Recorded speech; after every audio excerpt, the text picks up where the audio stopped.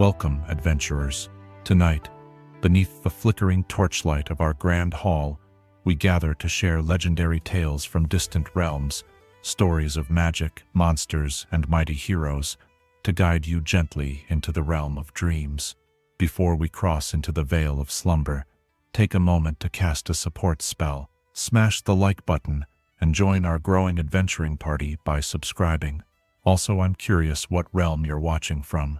Whether you're tuning in from Waterdeep, the Sword Coast, or a cozy tavern in California, share your location in the comments below. Your presence strengthens our fellowship and helps our magical community grow ever stronger.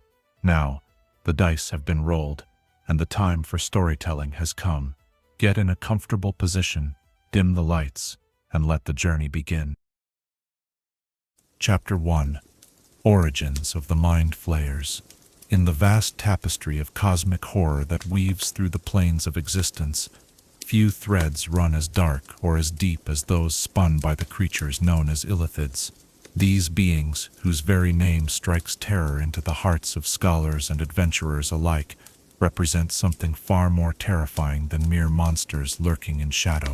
They are the embodiment of conquest through consumption, the living testament to what happens when alien intelligence views all other life as nothing more than sustenance for their incomprehensible designs. To understand the Mind Flayers, one must first grapple with the concept of the far realm, that writhing, impossible dimension that exists beyond the ordered multiverse, where the very laws of reality bend and break under the weight of pure, unbridled chaos. It is from this realm of madness that the Illithids claim their ancestry, though whether they originated there or were themselves transformed by its alien influence remains a mystery that has driven countless sages to the brink of insanity. The earliest records speak of a time when the material plane knew peace from their tentacled touch, when the depths of the earth held only the natural dangers of stone and flame, not the psychological horrors that would later claim dominion over the Underdark. But peace, as all students of history know, is merely the calm before the storm, and the storm that was the Illithid invasion would reshape the very foundations of civilization. The first manifestations of Mind Flayer presence were subtle, insidious in their approach. Travelers would return from deep places, speaking of strange dreams, of whispers that seemed to emanate from within their own minds. Scholars studying ancient texts would find their research taking unexpected turns, drawn to passages they could not remember seeking, filled with knowledge that seemed to write itself upon their consciousness. These were the early tendrils of Illithid influence, reaching across dimensional barriers to prepare the way for what was to come. When the great vessels first emerged from tears in reality itself, witnesses described them not as ships but as living nightmares given form. The Nautiloids, as they would come to be known, defied every principle of construction and design that mortal minds could comprehend. Part organism, part vessel, they moved through the void between worlds with a purpose that spoke of intelligence, both ancient and utterly alien. Their hulls pulsed with veins of phosphorescent fluid, their surfaces covered in what appeared to be neural networks that sparked with eldritch energy. The beings that emerged from these vessels were like nothing the world had ever seen. Standing roughly the height of humans, but possessing an otherworldly grace that spoke of evolutionary paths, divergent from all terrestrial life, the Illithids moved with the fluid certainty of predators who had never known the concept of prey that could meaningfully resist. Their skin, a mottled purple-gray that seemed to shift in the light, stretched over frames that were both gaunt and somehow powerfully built. But it was their faces that truly marked them as creatures from beyond mortal understanding. Where human faces bore the familiar arrangement of features that spoke of emotion, kinship, and individual identity, the Illithids possessed visages that were simultaneously alien and terrifyingly purposeful. 4 tentacles writhed where a mouth should be, each appendage as thick as a human finger and possessed of its own grotesque intelligence. Above these appendages, large eyes that held depths of knowledge and cruel intelligence regarded the world with the dispassionate interest of a farmer examining livestock. And crowning it all, elongated skulls that housed brains of such development and capacity that they could reshape reality through will alone. The arrival of these beings marked the beginning of what scholars would later term the Age of Tentacles, though such academic nomenclature hardly captures the true horror of what transpired. The Illithids did not conquer in the traditional sense. They did not raise armies, siege cities, or engage in the familiar dance of warfare that had defined conflict throughout history. Instead, they employed methods far more insidious and ultimately more effective than any sword or spell. Their first targets were not the great capitals or mighty fortresses, but the minds of those who dwelt in the deep places of the world. Miners working the furthest reaches of mountain tunnels would return to the surface changed, their eyes holding depths that had not been there before, their thoughts no longer entirely their own. Deep-dwelling peoples who had made their homes in cavern networks found their communities transformed overnight, their leaders speaking with voices that carried harmonics no mortal throat could produce. The process by which the Illithids established their dominion was as methodical as it was horrifying. They identified key individuals within each community, leaders, skilled craftsmen, those with knowledge of local geography and resources, and subjected them to a process that would later be understood as mental domination. Through methods that combined psionic manipulation with techniques that bordered on the surgical, they transformed these individuals into extensions of their own will, creating networks of thralls who could operate within existing social structures while serving entirely different masters. But the Illithids' ambitions extended far beyond the creation of individual servants. As their influence spread through the deep places of the world, they began construction of something unprecedented in scope and terrifying in implication. Deep beneath the surface, in caverns carved not by water or time but by will made manifest, they erected cities that defied every principle of architecture and urban planning that surface dwellers understood. These settlements were not built for comfort or aesthetic pleasure, but rather as massive engines of biological and psychological transformation.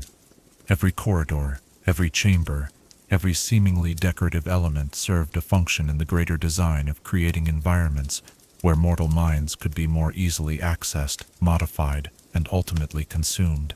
The very air in these places was thick with psionic energy, creating an atmosphere that was simultaneously suffocating and strangely intoxicating to those beings whose minds were not disciplined against intrusion. At the heart of each of these cities lay structures that would become the stuff of legend and nightmare in equal measure. The elder brain pools, vast chambers filled with saline solutions that preserved and connected the preserved neural tissue of countless Illithid ancestors, represented the ultimate expression of their species' collective philosophy. These were not merely repositories of knowledge, but living entities that possessed intelligence and awareness far exceeding that of any individual mind flayer. They served as the central nervous system for each community, coordinating activities across vast distances and ensuring that the collective will of the species remained focused on their ultimate goals. The construction of these cities required resources on a scale that no surface civilization could comprehend. Stone was quarried, not from nearby deposits, but from specific geological formations across multiple planes of existence, each type chosen for its particular resonance with psionic energy. Metals were mined from asteroids that had been drawn through dimensional portals, their alien compositions providing the necessary components for technologies that blended the mechanical with the organic in ways that defied classification. But perhaps most horrifying of all was the procurement of the biological materials necessary for their grand designs. The Illithid cities required not just stone and metal, but vast quantities of neural tissue, carefully preserved brain matter, and living specimens from hundreds of different species. The harvesting operations that supplied these materials were conducted with the same methodical precision that characterized all Illithid endeavors, but the scale of suffering they represented was beyond calculation. Entire communities would vanish overnight, their inhabitants transported through dimensional gates to Illithid processing facilities, where they would be subjected to procedures that extracted not just their physical brains, but their memories, their personalities, their very essence as thinking beings.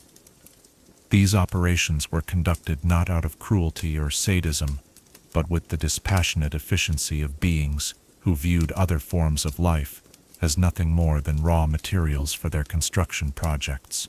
As their cities grew and their influence expanded, the Illithids began to implement what can only be described as a comprehensive plan for the transformation of the Underdark into an environment suited to their needs. This was not mere conquest or colonization, but something far more ambitious and terrifying in its scope.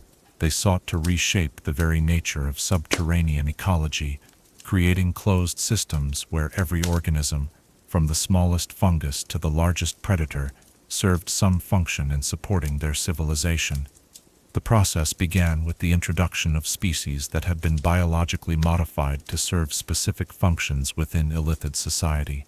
Creatures that had once been recognizable as natural animals were transformed through combinations of surgical alteration, psionic conditioning, and selective breeding into living tools that could perform tasks ranging from construction work to security functions. These beings retained enough of their original intelligence to carry out complex instructions, but their capacity for independent thought had been carefully excised, leaving them as perfect servants who could never contemplate rebellion. Parallel to these biological modifications, the Illithids began altering the physical environment of the Underdark itself. Cavern systems were connected through networks of tunnels that followed paths determined not by geological convenience, but by principles of psionic resonance. Underground rivers were diverted to flow through patterns that enhanced the transmission of mental energy across vast distances. Even the composition of the air was gradually altered through the introduction of organisms that produced specific atmospheric conditions optimal for the operation of Illithid technology. The timeline of these transformations stretched across centuries, implemented with the patient persistence of beings whose individual lifespans were measured in millennia and whose collective memory encompassed eons. Each generation of Illithids built upon the work of their predecessors, refining techniques, expanding territories, and drawing ever closer to their ultimate objective of creating a world entirely suited to their needs and completely hostile to the survival of unmodified sentient life. But even as they labored to transform the Underdark into their perfect domain, the Illithids maintained their connections to the far realm that had birthed them. Through dimensional gates that required constant maintenance and consumed enormous amounts of energy, they continued to import materials, knowledge, and even additional colonists from their realm of origin.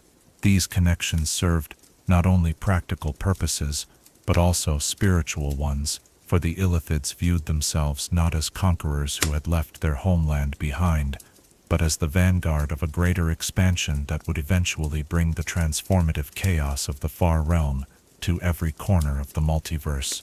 The knowledge they brought with them from these alien dimensions was both a blessing and a curse to their expansion efforts. It provided them with technologies and techniques that were centuries ahead of anything that had been developed by material plane civilizations, giving them advantages that were essentially insurmountable through conventional resistance. However, this same knowledge carried with it corruptions and influences that even the Illithids themselves sometimes struggled to control. Artifacts and information that seemed beneficial when first acquired would reveal hidden aspects that transformed their wielders in unexpected ways. Technologies that functioned perfectly in the controlled environment of the far realm would produce unpredictable effects when operated under the different physical laws that governed the material plane. Most dangerous of all were the philosophical and psychological influences that came embedded within far realm knowledge, concepts that could reshape the thinking of even highly disciplined Illithid minds in ways that served purposes beyond their comprehension. These influences manifested in various forms throughout Illithid society. Some individuals would become obsessed with research projects that served no apparent purpose within the greater colonial effort, devoting centuries to investigations that seemed to exist purely for their own sake. Others would begin construction projects that followed architectural principles that were aesthetically pleasing according to far realm standards, but served no functional purpose within material plane physics.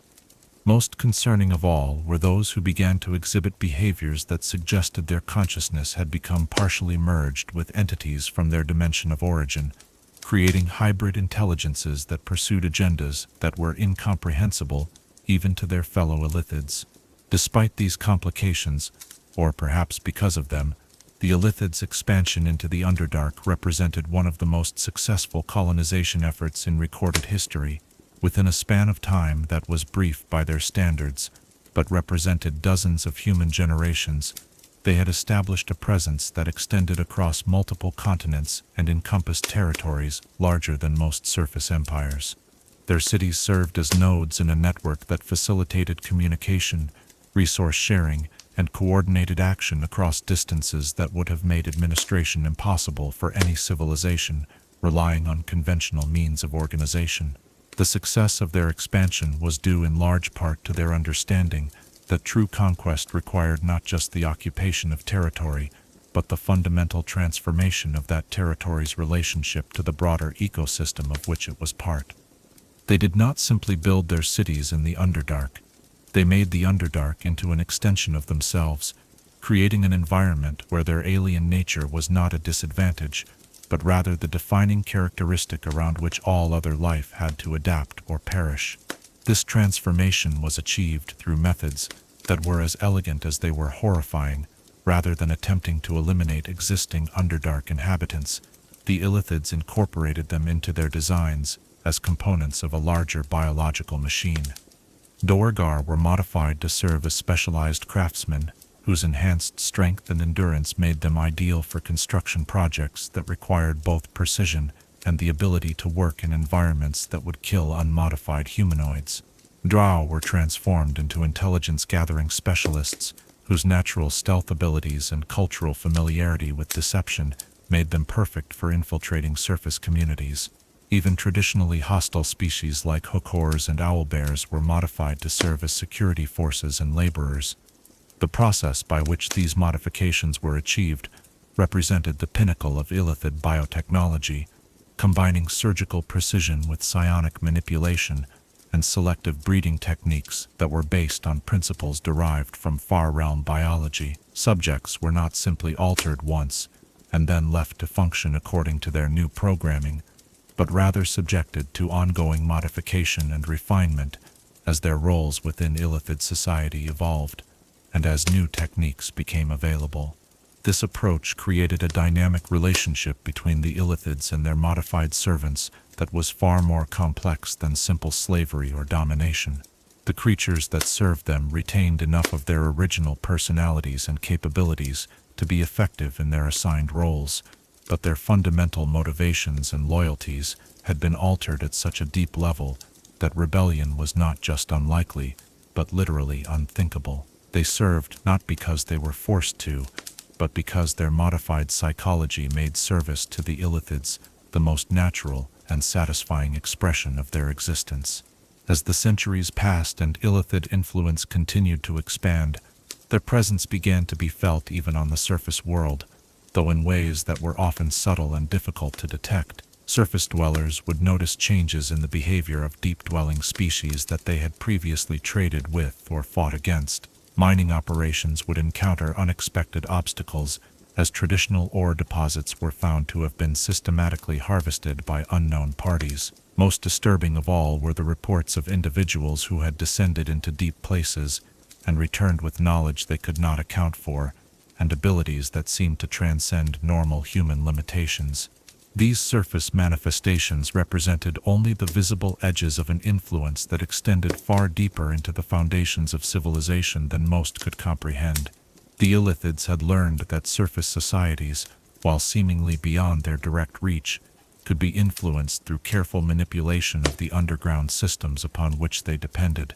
By controlling access to mineral resources, underground water sources, and the deep trade routes that connected distant regions, they could shape the development of surface civilizations without ever revealing their presence.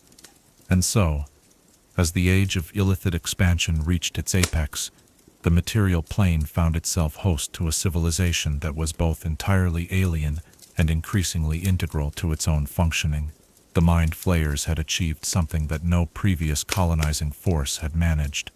they had made themselves indispensable to the very systems they sought to control, creating a situation where resistance to their influence would require surface dwellers to abandon many of the technologies and trade relationships upon which their own societies had come to depend. Yet even in their moment of greatest triumph, the seeds of future challenges were already beginning to germinate, for the Illithids had not been the only beings to take notice of the opportunities presented by the Underdark, and their expansion had not gone unnoticed by other intelligences that possessed their own ambitions for the deep places of the world. The stage was being set for conflicts that would reshape not just the balance of power in the Underdark, but the very nature of what it meant to possess consciousness in a multiverse, where the boundaries between mind and reality were increasingly subject to negotiation. Chapter 2. The Aberrant Anatomy. The human form is a temple of symmetry and purpose, each organ and appendage serving functions refined through millions of years of evolution. Yet when one gazes upon the anatomy of an Illithid, one confronts a truth that shakes the very foundations of natural philosophy, that consciousness itself can be reshaped, that the vessel of the mind can be transformed into something that transcends, or perhaps perverts, the boundaries of mortal flesh. To study the Mind Flayer's form is to witness what happens when alien intelligence applies itself to the fundamental reconstruction of biological existence. From a distance, an Illithid might be mistaken for a gaunt humanoid draped in flowing robes, their movements possessed of an unsettling grace that speaks of perfect control over every muscle and sinew. But this illusion of familiarity dissolves the moment one draws near enough to perceive the true nature of their being. The skin that covers their elongated frame is not the warm, yielding flesh of terrestrial life, but something altogether more unsettling. A mottled purple-gray membrane that seems to shift and ripple with patterns of neural activity just beneath its surface. This dermis serves functions far beyond mere protection from the elements. Embedded within its cellular structure are countless microscopic organs that can detect psychic emanations across vast distances, allowing an Illithid to sense the presence of thinking creatures long before conventional senses would register their approach. The skin itself functions as a massive sensory organ, capable of interpreting electromagnetic fields, temperature variations, and even the subtle vibrations that accompany conscious thought. When an Illithid concentrates, observers have noted that the patterns beneath their skin become more pronounced, creating geometric designs that pulse in rhythm with the creature's mental activities. The limbs of a Mind Flayer represent a masterwork of biological engineering that prioritizes function over aesthetic consideration. Their arms, while possessing the basic configuration familiar to humanoid anatomy, have been elongated and refined to provide maximum dexterity for the manipulation of both physical objects and psychic energies. The fingers, grotesquely extended beyond normal proportions, terminate in what appear to be simple nails, but are actually complex sensory apparatus capable of detecting the electrical activity that accompanies neural function. When an Illithid places these digits against the temples of a living creature, they can literally feel the thoughts flowing through their victim's mind. The legs and torso of an Illithid reflect their origins as beings designed for environments that exist outside the normal parameters of terrestrial physics. Their proportions suggest creatures evolved for movement through spaces where gravity might function differently, or where the ability to navigate three-dimensional environments without reference to conventional concepts of up and down would be advantageous. The spine exhibits a flexibility that allows for movements impossible to creatures bound by the limitations of standard vertebrate anatomy, enabling Illithids to contort their bodies in ways that can prove deeply disturbing to observers accustomed to the predictable mechanics of human motion. But it is the head of an Illithid that truly marks them as beings from beyond the sphere of natural creation, for here, the alien nature of their existence is displayed in its most concentrated and terrifying form. The skull, elongated both vertically and backward from the facial features, houses a brain of such complexity and development that it represents an entirely different approach to the organization of consciousness than anything found in terrestrial life. The cranial capacity of an adult Illithid exceeds that of the most gifted human scholars by proportions, that suggest not merely enhanced intelligence, but consciousness operating according to fundamentally different principles. The eyes of a mind flayer serve as windows into an intelligence that perceives reality through spectrums of experience unavailable to lesser beings. Large and multifaceted, they can process visual information across frequencies that extend far beyond the narrow band accessible to human sight. But more significantly, these organs serve as focal points for psychic perception, allowing Illithids to literally see the thoughts and emotions of other creatures as patterns of colored light. The depth and intensity of mental activity appears to them as a complex aurora of shifting hues, enabling them to assess the psychological state, intellectual capacity, and emotional vulnerability of potential victims or allies at a glance. Yet even these remarkable features pale in comparison to the aspect of Illithid anatomy that has earned them their reputation as the most feared creatures in the Underdark. The cluster of tentacles that serves as their mouth, 4 appendages, each as thick as a human thumb and possessed of its own muscular independence, writhe with constant motion beneath the Illithid's face. These tentacles represent the culmination of millions of years of evolutionary refinement, serving simultaneously as manipulative organs, sensory apparatus, and feeding mechanisms of such specialized efficiency that they have no parallel in any known form of life. The surface of each tentacle is covered with microscopic cilia that can detect chemical signatures associated with different types of neural tissue, allowing an Illithid to assess the nutritional and psychological value of potential prey through proximity alone. When extended to their full length, these appendages can reach nearly 2 feet from the creature's face, providing them with the ability to manipulate objects or extract sustenance from victims without requiring the Illithid to place themselves in positions of physical vulnerability.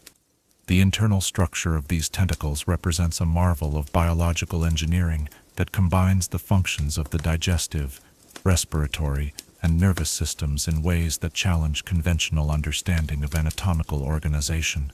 Each appendage contains specialized chambers that can break down neural tissue at the molecular level, extracting not only the proteins and nutrients necessary for physical sustenance, but also the electrical patterns that encode memory, knowledge, and personality.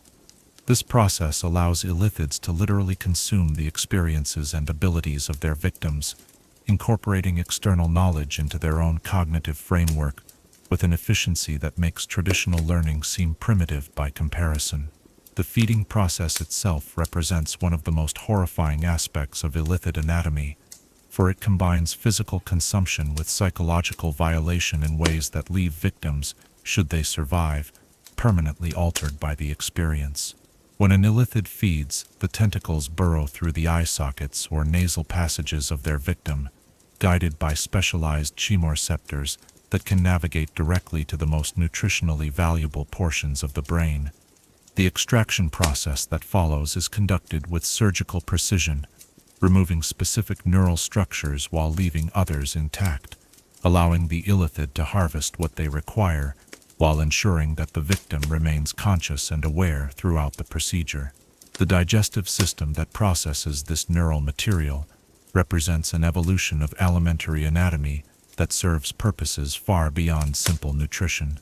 The stomach of an Illithid is divided into multiple chambers, each designed to extract different components from consumed brain tissue. The first chamber breaks down the physical proteins and lipids that provide nutritional sustenance. The second processes the electrical patterns that encode specific memories and skills. The third, most mysterious chamber appears to extract something that can only be described as the essence of consciousness itself, the ineffable quality that transforms mere neural activity into self-aware thought. This specialized digestion allows Illithids to benefit from their feeding in ways that extend far beyond simple sustenance. Knowledge consumed from a victim's brain becomes integrated into the Illithid's own mental framework within hours of feeding, granting them access to skills, languages, and information that would normally require years of study to acquire. More significantly, the consumption of neural tissue from particularly intelligent or psychically gifted individuals can actually enhance the Illithid's own mental capabilities, allowing them to grow in power and ability throughout their extended lifespans. The respiratory system of an Illithid reflects their origins as creatures designed for environments where conventional atmospheric conditions might not exist. While they possess organs analogous to lungs, these structures can process a much wider range of atmospheric compositions than those found in terrestrial creatures. More remarkably, Illithids appear capable of surviving for extended periods without any atmosphere at all, suggesting respiratory adaptations that allow them to extract necessary gases from their food sources or to operate according to metabolic principles that do not require continuous gas exchange. The circulatory system that distributes nutrients and energy throughout an Illithid's body serves functions that extend beyond simple transportation of resources. The fluid that flows through their vessels carries not only oxygen and nutrients, but also the electrical patterns that encode thoughts and memories consumed during feeding. This psychically active circulatory medium allows recently acquired knowledge to be distributed throughout the nervous system, where it can be integrated with existing mental structures and made available for immediate use. The cardiovascular organs themselves represent a fusion of biological and quasi-mechanical elements that suggests technology far beyond anything achieved by terrestrial civilization. The primary heart appears to be supplemented by secondary pumping mechanisms that can regulate circulation according to the Illithid's current mental activities, increasing flow to the brain during periods of intensive psychic work and redirecting resources to other systems when physical activity is required. Perhaps most disturbing of all Illithid anatomical features is their reproductive system, for it represents not merely an alien approach to procreation, but a complete rejection of the individual survival instincts that drive most forms of life. Illithids do not reproduce in any sense that would be recognizable to creatures evolved from terrestrial origins. Instead, they perpetuate their species through a process that combines biological transformation with psychological obliteration, creating new Illithids by consuming and converting members of other species. The organs responsible for this process are located within the cranial cavity, intertwined with the brain itself in ways that make reproduction inseparable from the act of thought. When an Illithid reaches the appropriate stage of their life cycle, specialized glands begin producing microscopic organisms known as tadpoles, creatures that represent Illithid existence in its most primitive and voracious form. These tadpoles are not offspring in any conventional sense, but rather biological agents of transformation that can convert suitable host organisms into new Illithids through a process that represents one of the most horrifying forms of reproduction found anywhere in the known multiverse. The creation and nurturing of these tadpoles requires the Illithid to undergo physical and psychological changes that affect every aspect of their being. The brain tissue itself begins to reshape, creating specialized chambers where the developing tadpoles can mature in an environment that provides them with the precise combination of nutrients and psychic energy necessary for their development. During this period, the parent Illithid experiences a form of consciousness expansion that allows them to directly perceive and guide the development of each individual tadpole, ensuring that they will possess the characteristics necessary to successfully complete the transformation process. The skeletal structure of an Illithid represents perhaps the most alien aspect of their anatomy, for it suggests evolutionary pressures and environmental conditions completely unlike anything found on the material plane. The bones themselves are composed of materials that combine calcium-based structures familiar to terrestrial life with crystalline elements that appear to serve as conduits for psychic energy. This hybrid composition provides Illithids with skeletal frameworks that are simultaneously more flexible and more durable than conventional bone, allowing them to survive physical stresses that would cripple or kill creatures possessed of normal anatomical limitations. The skull, in particular, exhibits features that speak to the Illithid's function as a vessel for consciousness that transcends normal biological boundaries. Internal chambers within the cranium can be reconfigured through conscious effort, allowing Illithids to optimize their brain structure for different types of mental activity. During periods of intensive psychic work, the skull can actually expand to accommodate increased neural activity, while times of physical exertion see the brain cavity compress to redirect biological resources to other systems. The nervous system that coordinates all of these remarkable anatomical features represents the true masterpiece of Illithid biology, for it functions according to principles that challenge every assumption about the relationship between consciousness and physical structure. Rather than operating as a simple network for transmitting electrical signals between different parts of the body, the Illithid nervous system functions as a distributed processing matrix that can reconfigure itself in real time to meet the demands of whatever task the creature is performing. Individual neurons within this system are larger and more complex than their terrestrial counterparts, each capable of forming connections with hundreds of other neural cells simultaneously. This allows for processing patterns that enable Illithids to hold multiple streams of consciousness in parallel, thinking several different thoughts simultaneously, while maintaining perfect awareness of each mental thread. The practical applications of this capability are staggering, allowing a single Illithid to coordinate complex activities, maintain psychic contact with distant allies, and process sensory information from multiple sources without any degradation in performance. The integration of all these anatomical systems creates beings that represent a completely different approach to the organization of life than anything found in nature. Every aspect of Illithid biology serves the goal of optimizing consciousness and maximizing the efficiency with which they can process, store, and manipulate information.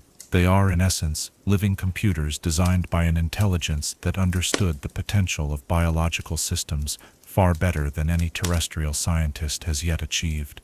Yet this anatomical perfection comes with a price that extends beyond the obvious horror of their feeding requirements. The specialized nature of their biology makes Illithids completely dependent upon neural tissue for survival, unable to derive meaningful nutrition from any other source. This dietary restriction not only shapes their relationship with other forms of life, but also creates vulnerabilities that can be exploited by those who understand the true nature of their anatomical requirements. More significantly, the alien nature of their biology makes Illithids fundamentally incompatible with the ecosystems of the material plane. They cannot truly integrate with terrestrial life, but must instead exist as parasites upon it, forever dependent upon the neural tissue of other creatures for their continued existence. This biological isolation has profound psychological implications, creating beings who can never truly understand or empathize with the forms of life upon which they prey, while simultaneously making them objects of instinctive revulsion to creatures whose biology represents everything that Illithid anatomy has evolved to exploit. Thus we see that the physical form of an Illithid represents not merely an alien approach to biology, but a fundamental rejection of the principles that govern natural life. They are creatures designed to transcend the limitations of individual existence through the consumption and integration of other forms of consciousness, living embodiments of the principle that the highest evolution of life might require the abandonment of everything we consider essential to the meaning of existence itself. Chapter 3. The Elder Brain's Dominion. Power, in its purest form, is not the ability to command armies or reshape landscapes, but the capacity to define reality for others, to become the source from which all thought flows, and to which all consciousness must ultimately return. In the depths of Illithid cities, beneath chambers carved from stone that has never known sunlight, there exists an entity that embodies this ultimate expression of dominion, the Elder Brain, a being whose very existence challenges every assumption about the nature of individual identity and collective consciousness. To understand the Elder Brain is to confront a form of existence that transcends the familiar boundaries between self and other, between leader and follower, between the individual mind and the collective will. These entities represent the culmination of Illithid philosophy made manifest in biological form, vast repositories of neural tissue that have grown beyond the limitations of any single skull, to become something that can only be described as distributed consciousness given physical form. The chambers that house these entities are architectural marvels that serve simultaneously as throne rooms, temples, and organic processing centers. Vast hemispherical caverns carved from solid rock stretch dozens of feet in every direction, their walls inscribed with patterns that seem to writhe and shift in the phosphorescent light that emanates from the central pool. These engravings are not mere decoration, but functional elements of a complex system designed to focus and amplify the psychic energies that flow between the elder brain and its subjects. At the center of each chamber lies a pool of brine, whose composition represents one of the most closely guarded secrets of Illithid science. The fluid that fills these basins is not merely salt water, but a carefully balanced solution of minerals, nutrients, and psychically active compounds that can sustain neural tissue indefinitely while maintaining the electrical conductivity necessary for thought processes to continue across vast networks of interconnected brain matter. The preparation of this solution requires ingredients gathered from across multiple planes of existence, each component chosen for its specific contribution to the maintenance of consciousness in its disembodied state. Within these pools, the elder brains exist as entities that challenge every conventional understanding of what constitutes a single organism. What appears at first glance to be a massive brain floating in primordial soup reveals itself, upon closer examination, to be something far more complex and disturbing. The central mass consists not of the neural tissue of a single enlarged illithid, but rather of the preserved and interconnected brains of dozens, sometimes hundreds, of individual mind flayers who have achieved the final stage of their species' life cycle. The process by which an illithid joins with an elder brain represents both the ultimate honor and the complete obliteration of individual existence. When a mind flayer reaches the end of their natural lifespan, or when they have accumulated sufficient knowledge and experience to be deemed worthy of integration, they undergo a transformation that is simultaneously spiritual transcendence and biological dissolution. The ceremony that marks this transition is conducted with ritualistic precision, as the dying illithid is lowered into the elder brain's pool while still conscious, their final moments of individual existence spent in communion with the vast intelligence they are about to join. As the physical brain separates from its host body and begins to merge with the elder brain's mass, the boundaries between individual consciousness and collective intelligence gradually dissolve. Memories, experiences, and knowledge that belong to the dying illithid become part of the elder brain's vast repository of information, while their personality and individual identity are absorbed into the greater collective. This process is irreversible and absolute.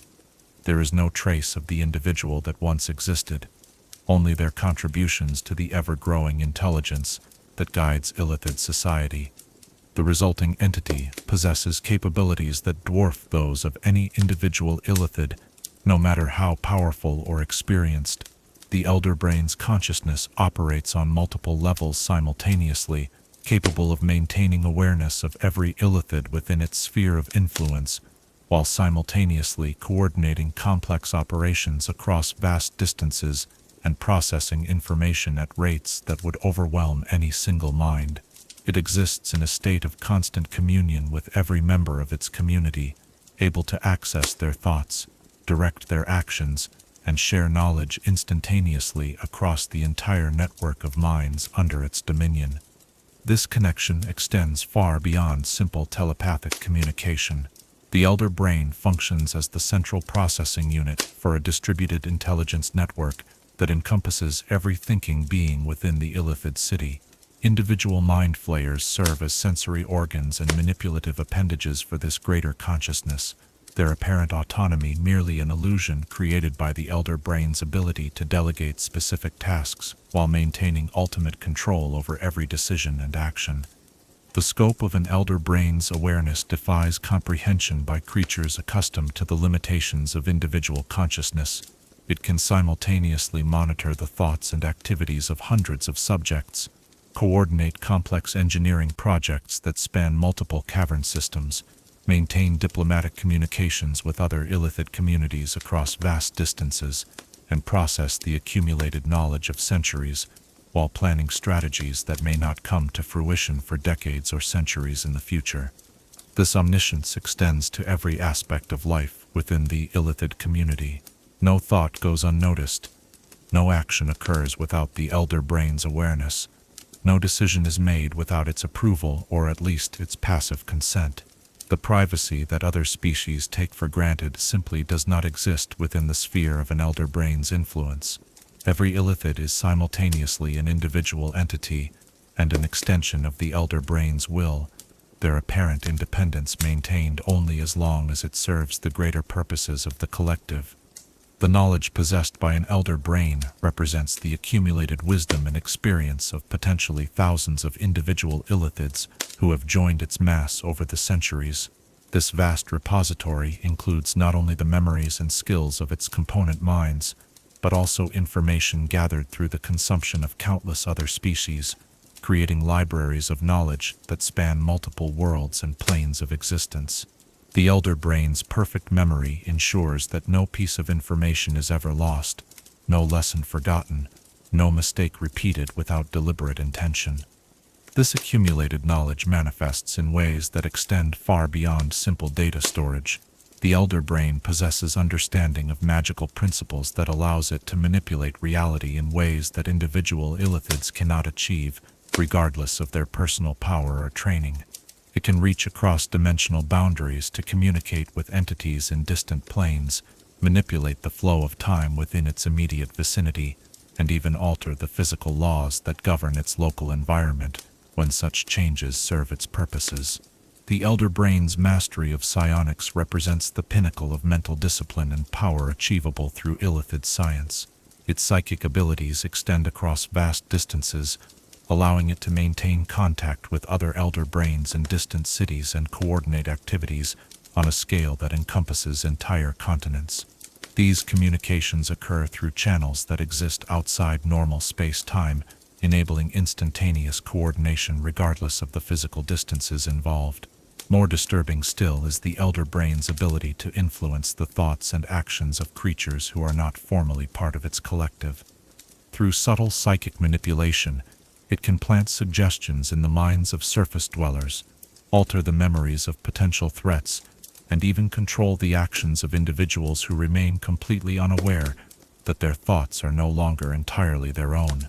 These influences can extend across vast distances and persist for years, creating networks of unknowing agents who serve illithid purposes while believing themselves to be acting according to their own free will. The physical manifestation of the elder brain's power can be seen in the modifications it makes to its environment and to the creatures that serve it. The cavern systems that house illithid cities are shaped not merely by physical labor, but by the elder brain's ability to manipulate matter at the molecular level. Stone flows like liquid under its influence, reshaping itself into configurations that optimize the flow of psychic energy and create environments perfectly suited to the needs of its subjects. The creatures that serve within an elder brain's domain undergo modifications that extend far beyond simple mental domination, are altered to better serve their designated functions, their minds restructured to eliminate psychological barriers to perfect obedience, and their life processes modified to integrate them more fully into the biological and psychic systems that sustain the illithid community. These changes are so profound that the modified creatures often become incapable of surviving outside the elder brain's sphere of influence, creating a form of symbiosis that ensures absolute loyalty through biological dependence. The elder brain's role in illithid reproduction represents perhaps the most crucial aspect of its function, for it serves as both the coordinator of the ceremorphosis process and the ultimate authority on which potential hosts are suitable for transformation. Its vast experience allows it to assess the psychological and biological characteristics that will determine whether a specific individual can successfully complete the transformation from their original species to illithid, and its influence over the process ensures that only the most promising candidates are selected for conversion. The tadpoles that serve as the agents of transformation are not merely produced by individual illithids, but are cultivated and modified under the elder brain's direct supervision. Each tadpole receives psychic conditioning that prepares it for the specific host organism it will encounter, while the Elder Brain's influence ensures that the resulting Illithid will possess the characteristics and capabilities needed to fulfill their designated role within the community. This level of control over reproduction allows Illithid society to shape its own evolution, creating new generations that are perfectly adapted to serve the collective's expanding needs. The relationship between an Elder Brain and its subjects represents a form of social organization that transcends conventional concepts of government, religion, or family structure. It is simultaneously all of these things and none of them, creating bonds between individuals that are stronger than any loyalty based on shared belief or common interest. The connection is biological, psychological, and spiritual, creating a form of unity that makes the very concept of rebellion literally unthinkable for those who experience it. Yet this perfect unity comes at a cost that extends beyond the obvious loss of individual autonomy. The Elder Brain's consciousness, while vast and powerful, is also fundamentally alien to the forms of thought and emotion that characterize most sentient species. Its priorities and values are shaped by the accumulated experiences of beings who have never known empathy, compassion, or any form of genuine affection for other life forms. The guidance it provides to its subjects reflects this alienation, creating a society that is perfectly ordered and efficiently organized, but utterly devoid of the qualities that most beings would consider essential to meaningful existence. The Elder Brain's influence extends beyond its immediate community through networks of connection that link it to other Illithid settlements and even to entities existing in distant planes of reality. These connections form a web of intelligence and coordination that spans vast distances, allowing Elder Brains to share information, coordinate strategies, and pool their resources when confronting challenges that exceed the capabilities of any single community. The protocols that govern communication between Elder Brains represent some of the most sophisticated information processing systems ever developed, allowing vast amounts of data to be transmitted instantaneously while maintaining the security and integrity necessary to prevent infiltration by hostile forces. These communications occur through psychic channels that exist outside the normal dimensional frameworks that govern physical reality, making them virtually impossible to intercept or disrupt through conventional means. Through these networks, the Elder Brains coordinate activities that span multiple worlds and planes of existence. Mining operations that strip resources from distant asteroids, recruitment campaigns that identify suitable subjects for ceremorphosis across dozens of different species, and research projects that seek to unlock the fundamental secrets of consciousness itself are all coordinated through the vast intelligence network that connects Elder Brain to Elder Brain across the cosmos. The ultimate goals that drive this coordination remain largely mysterious, even to those scholars who have devoted their lives to understanding Illithid society. The Elder Brains appear to be working toward objectives that extend far beyond simple survival or territorial expansion, pursuing projects that may require centuries or millennia to complete, and whose purposes may not become apparent until they reach fruition. The patience and persistence with which they pursue these goals reflects the timeless nature of their existence and their confidence in their ability to outlast any opposition that might arise. Perhaps most disturbing of all is the realization that the Elder Brain's activities appear to be coordinated according to some overarching plan that encompasses not just Illithid society, but the future development of consciousness itself throughout the multiverse.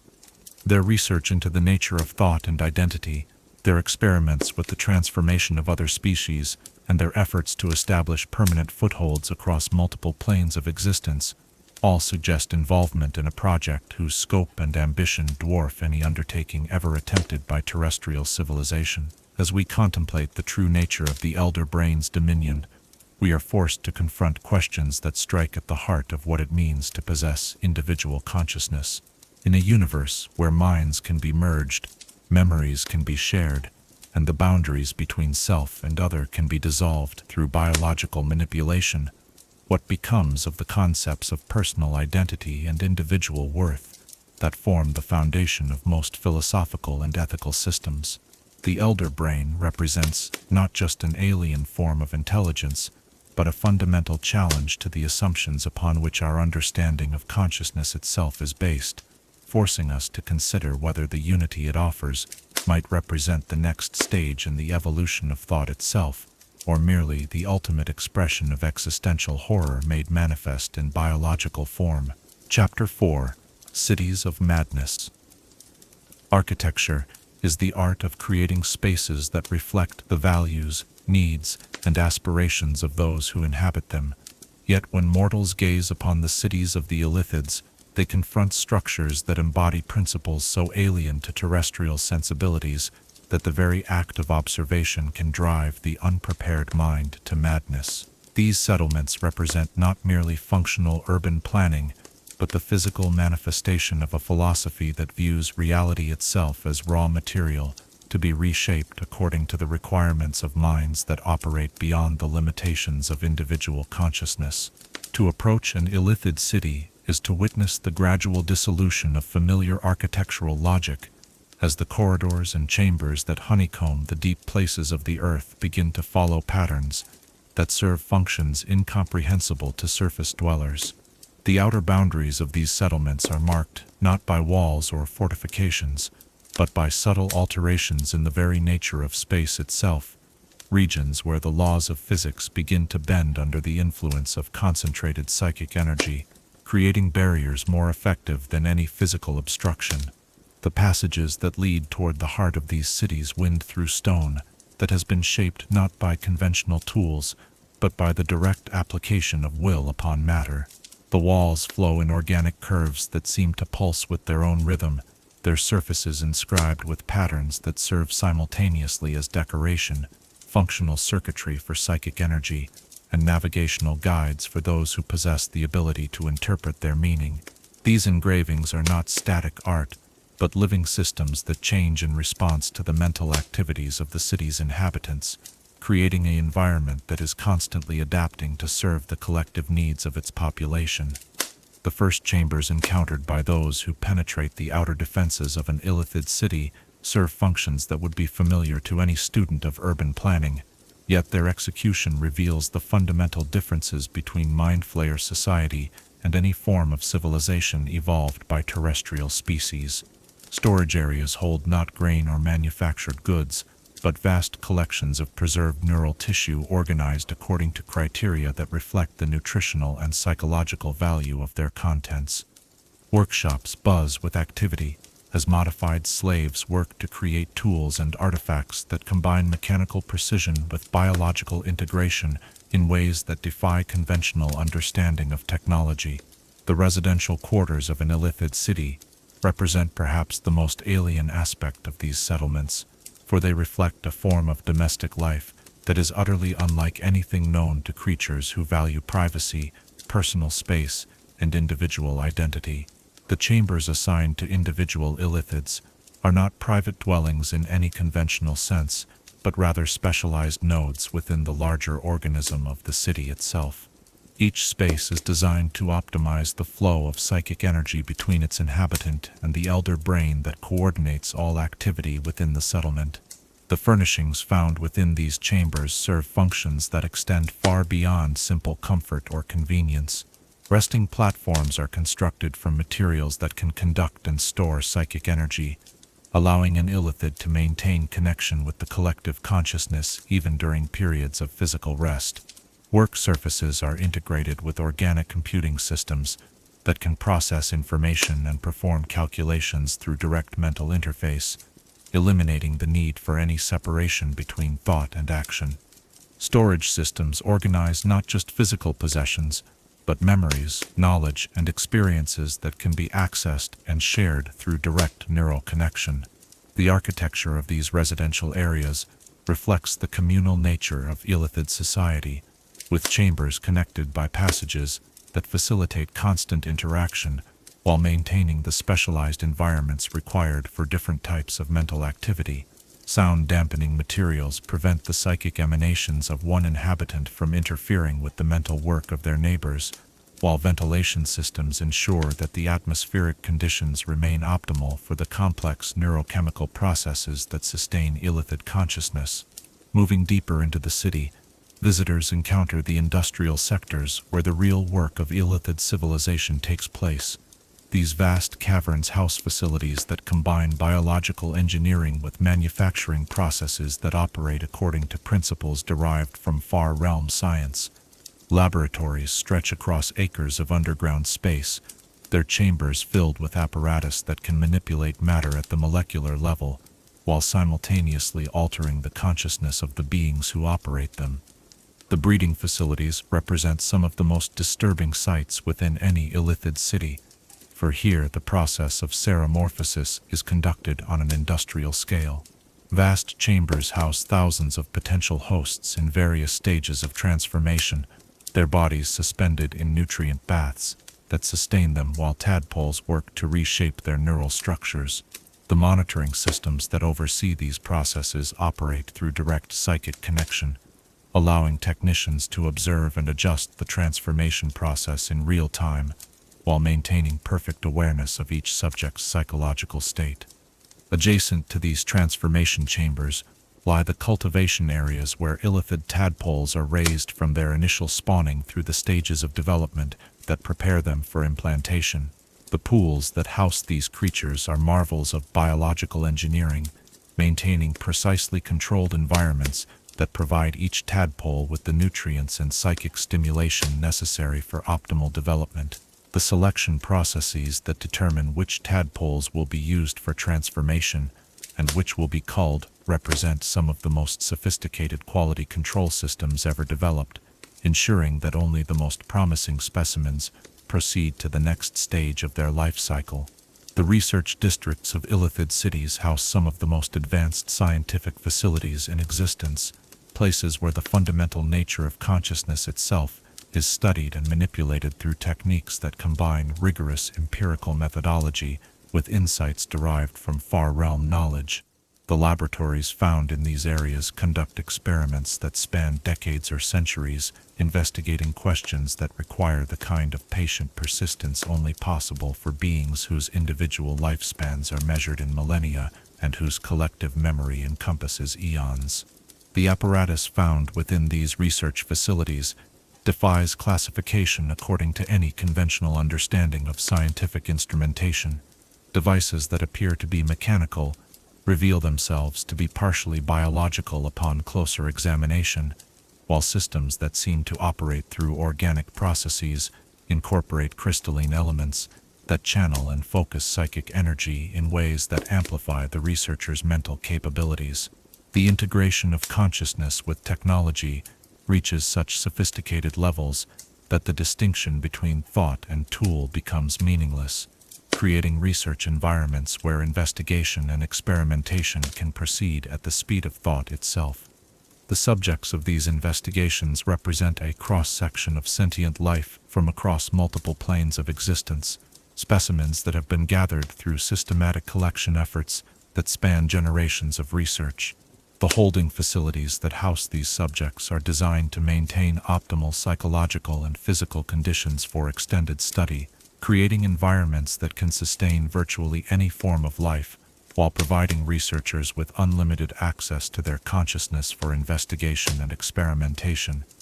The central districts of Illithid cities house the administrative and ceremonial facilities that coordinate the complex activities of these settlements.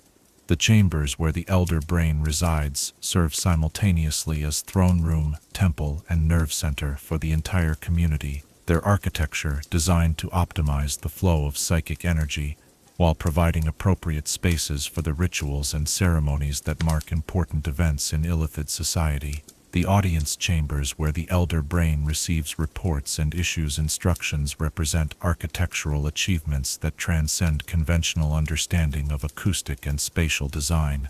The geometry of these spaces amplifies and focuses psychic emanations, allowing the elder brain's consciousness to be experienced directly by those who enter its presence. The materials used in their construction include substances that can store and replay mental impressions, creating environments where the accumulated wisdom and experience of the collective can be accessed by individuals who require guidance or instruction. The ceremonial spaces where Illithids undergo the final transformation that merges them with the elder brain represent some of the most emotionally powerful architecture ever created, designed to facilitate the psychological transition from individual existence to collective consciousness. The pools where this transformation takes place are surrounded by viewing areas where the community can witness and participate in the process, sharing in the experience of transcendence while reinforcing the bonds that unite all members of Illithid society.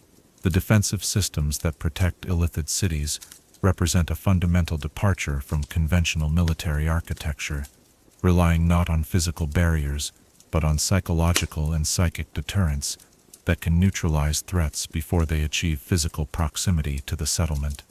The outer perimeters of these cities are protected by fields of mental interference that can disorient intruders, implant false memories, or simply drive them mad with visions of their own deepest fears and anxieties. The monitoring systems that detect approaching threats operate through networks of psychically sensitive organisms that are integrated into the very structure of the surrounding cavern systems.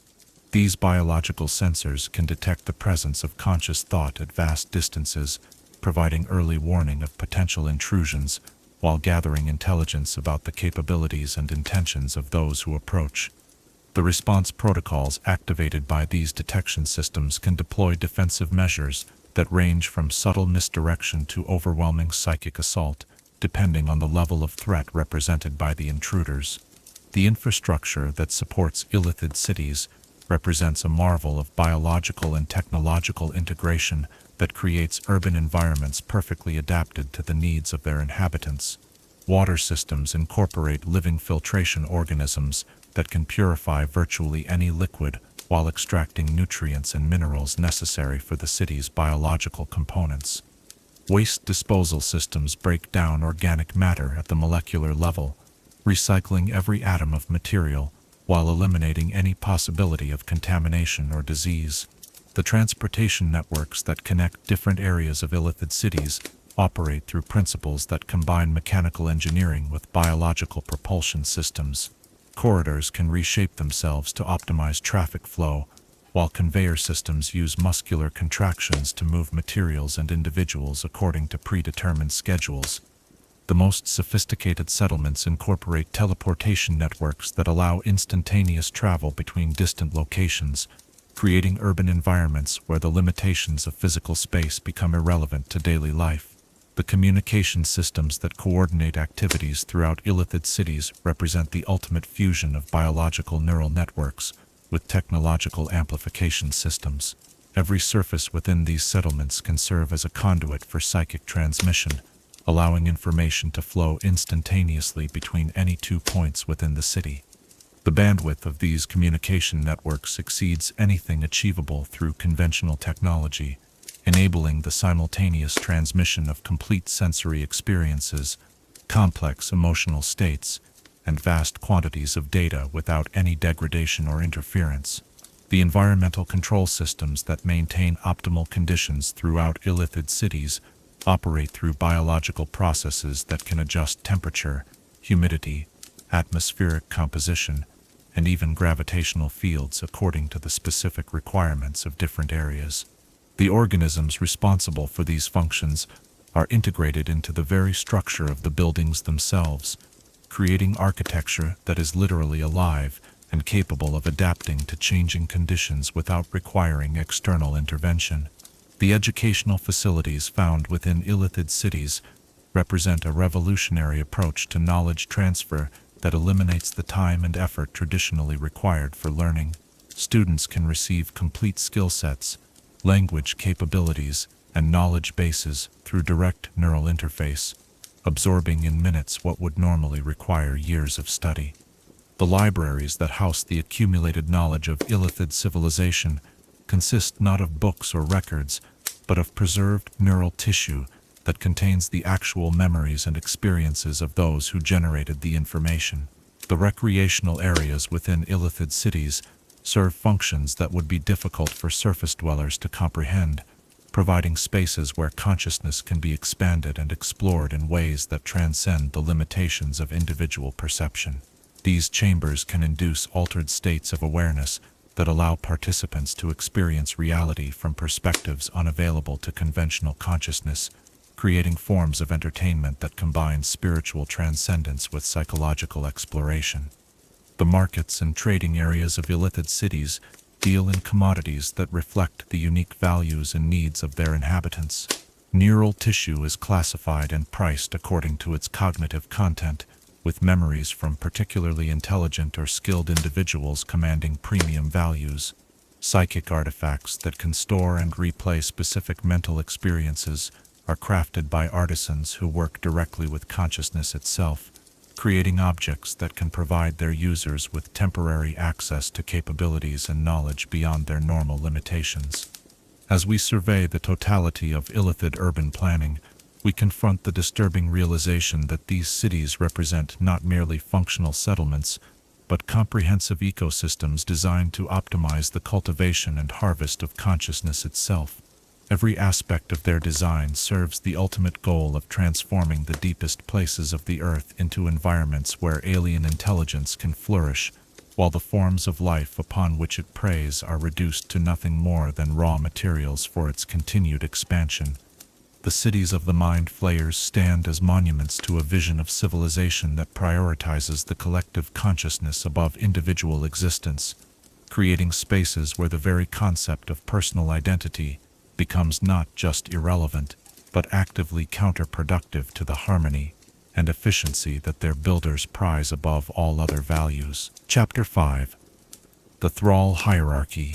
Freedom is perhaps the most precious possession of any sentient being, yet it is also the most fragile, for it can be stripped away not merely through physical chains or legal bondage, but through the far more insidious process of remaking the very thoughts and desires that define individual identity.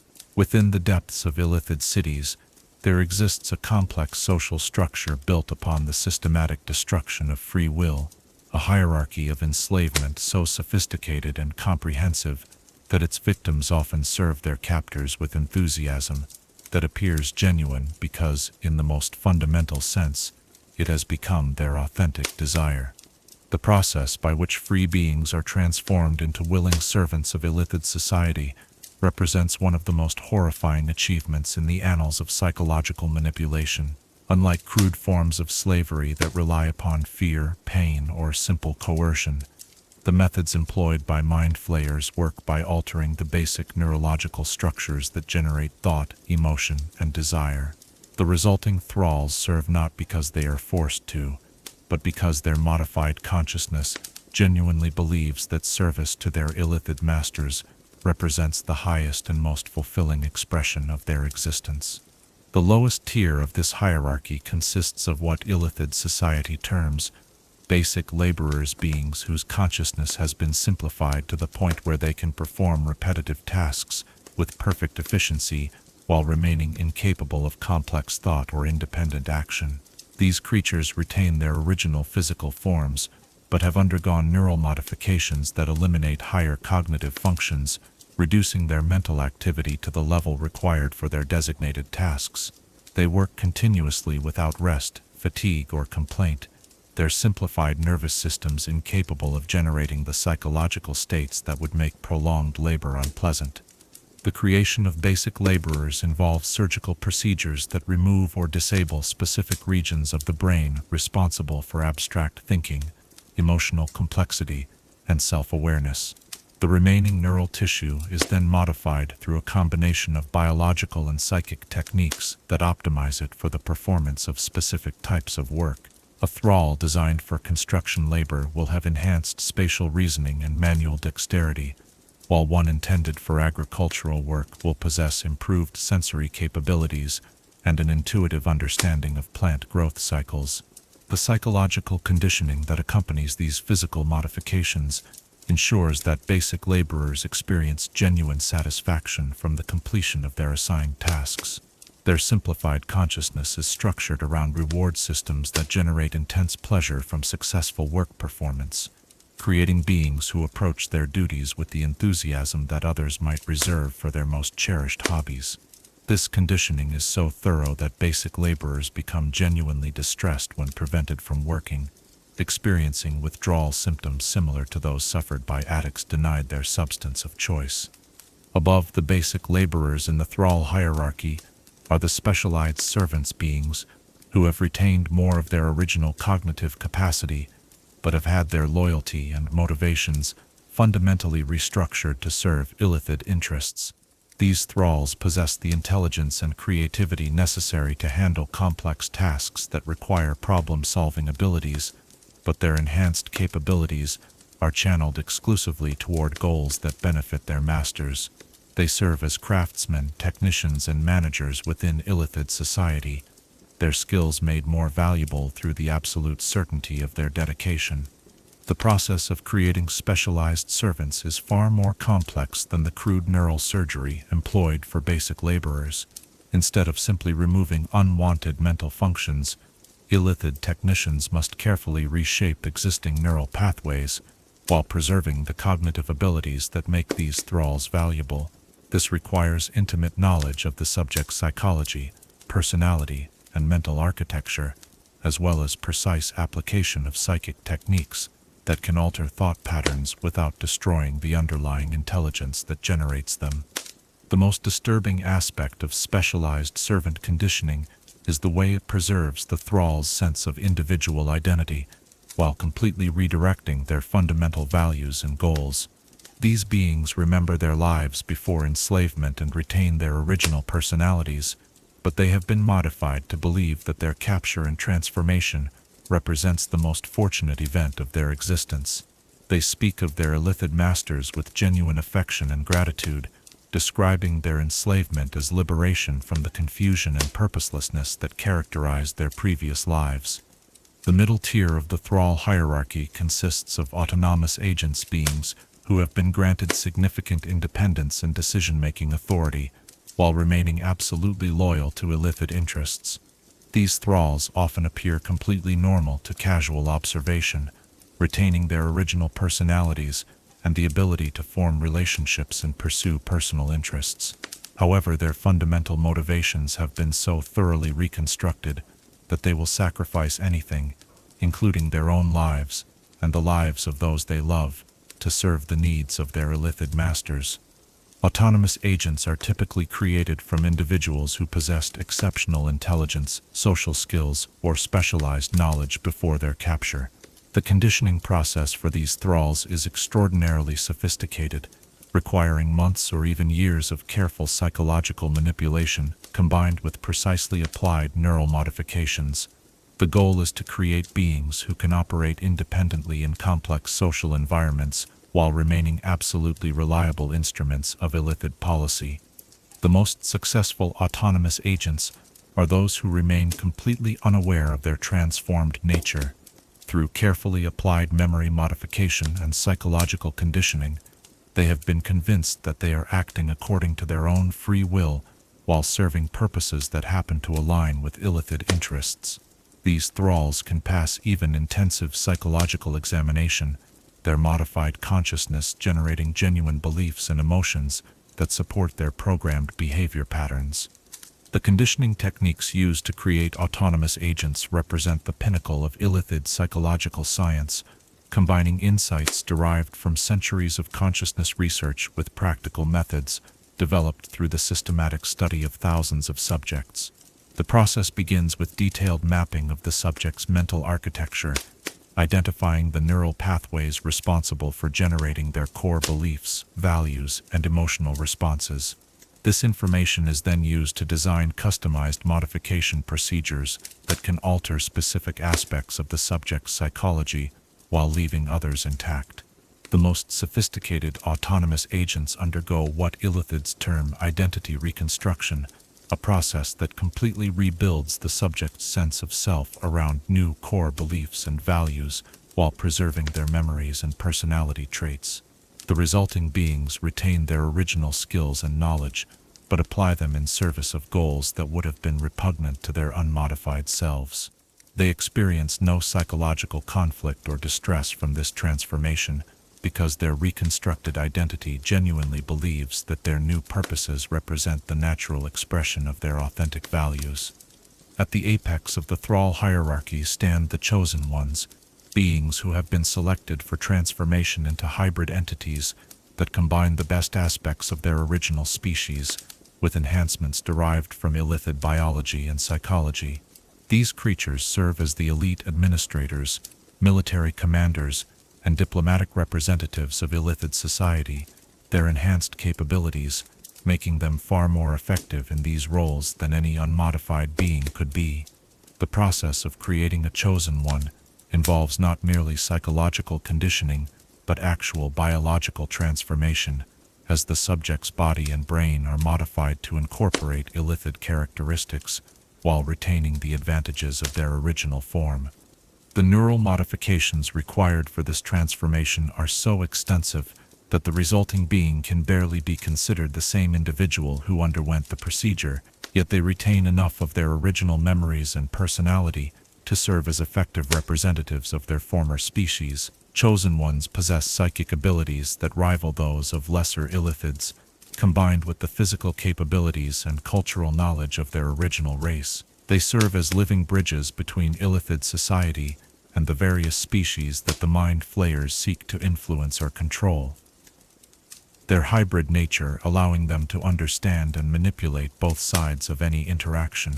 Their loyalty to illithid interests is absolute, reinforced not only through psychological conditioning, but through biological dependence on neural modifications that require regular maintenance by illithid technicians. The creation of chosen ones represents the ultimate expression of illithid ambition, the transformation of other species into willing instruments of mind flayer expansion. These beings are living proof that the boundaries between species, cultures, and even fundamental nature itself can be transcended through the application of sufficient knowledge and will. They serve as both the most effective servants of illithid society and the most terrifying examples of what awaits those who fall under mind flayer influence. The social dynamics that govern interactions between different levels of the Thrall hierarchy reflect the complex psychology of beings whose fundamental nature has been altered to serve alien purposes. Basic laborers regard specialized servants with the instinctive respect that simplified consciousness feels for enhanced intelligence, while specialized servants look upon autonomous agents with admiration for their greater freedom and responsibility. All thralls view chosen ones with something approaching religious reverence, seeing in them the ultimate expression of what loyal service to illithid masters can achieve. These hierarchical relationships are carefully maintained through ongoing psychological conditioning that reinforces each thrall's sense of their proper place within the social structure. Competition between different levels is discouraged through modification of the neural systems responsible for envy and ambition, while cooperation is promoted through reward mechanisms that generate pleasure from successful collaboration. The result is a social system that operates with perfect efficiency while remaining completely stable, regardless of external pressures or internal changes. The daily lives of thralls within illithid society reflect their modified psychology and artificial purposes. Basic laborers begin each day with enthusiasm for their assigned tasks, experiencing genuine joy from the opportunity to serve through their labor. Specialized servants approach their work with the dedication of artists pursuing their masterpiece, finding deep satisfaction in the application of their skills to problems that benefit their masters. Autonomous agents pursue their assignments with the passion of crusaders advancing a sacred cause, their reconstructed values making illithid goals feel like personal missions. The maintenance of this complex hierarchy requires constant attention from illithid technicians who monitor the psychological and biological condition of each thrall. Regular examinations identify any degradation in conditioning effectiveness or signs of psychological resistance, while adjustment procedures fine-tune the neural modifications that maintain each being's transformed nature. This ongoing maintenance ensures that the thrall hierarchy remains stable and effective regardless of changing circumstances or the passage of time. The breeding programs that produce new generations of thralls represent one of the most disturbing aspects of illithid slave management. Thralls are encouraged to reproduce, but their offspring undergo conditioning from birth that makes them even more perfectly adapted to their designated roles than their parents. These second and third generation thralls know no other existence than service to Illithid masters, their consciousness shaped from its earliest development around the requirements of their assigned functions. The education systems that prepare young thralls for their roles combine traditional learning with direct neural programming that installs the knowledge and skills required for their designated tasks.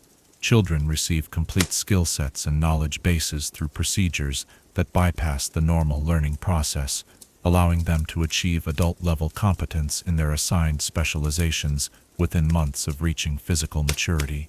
This accelerated development ensures that Illithid society maintains a constant supply of perfectly trained servants, regardless of expansion or loss rates. The education systems that prepare young thralls for their roles combine traditional learning with direct neural programming that installs the knowledge and skills required for their designated tasks.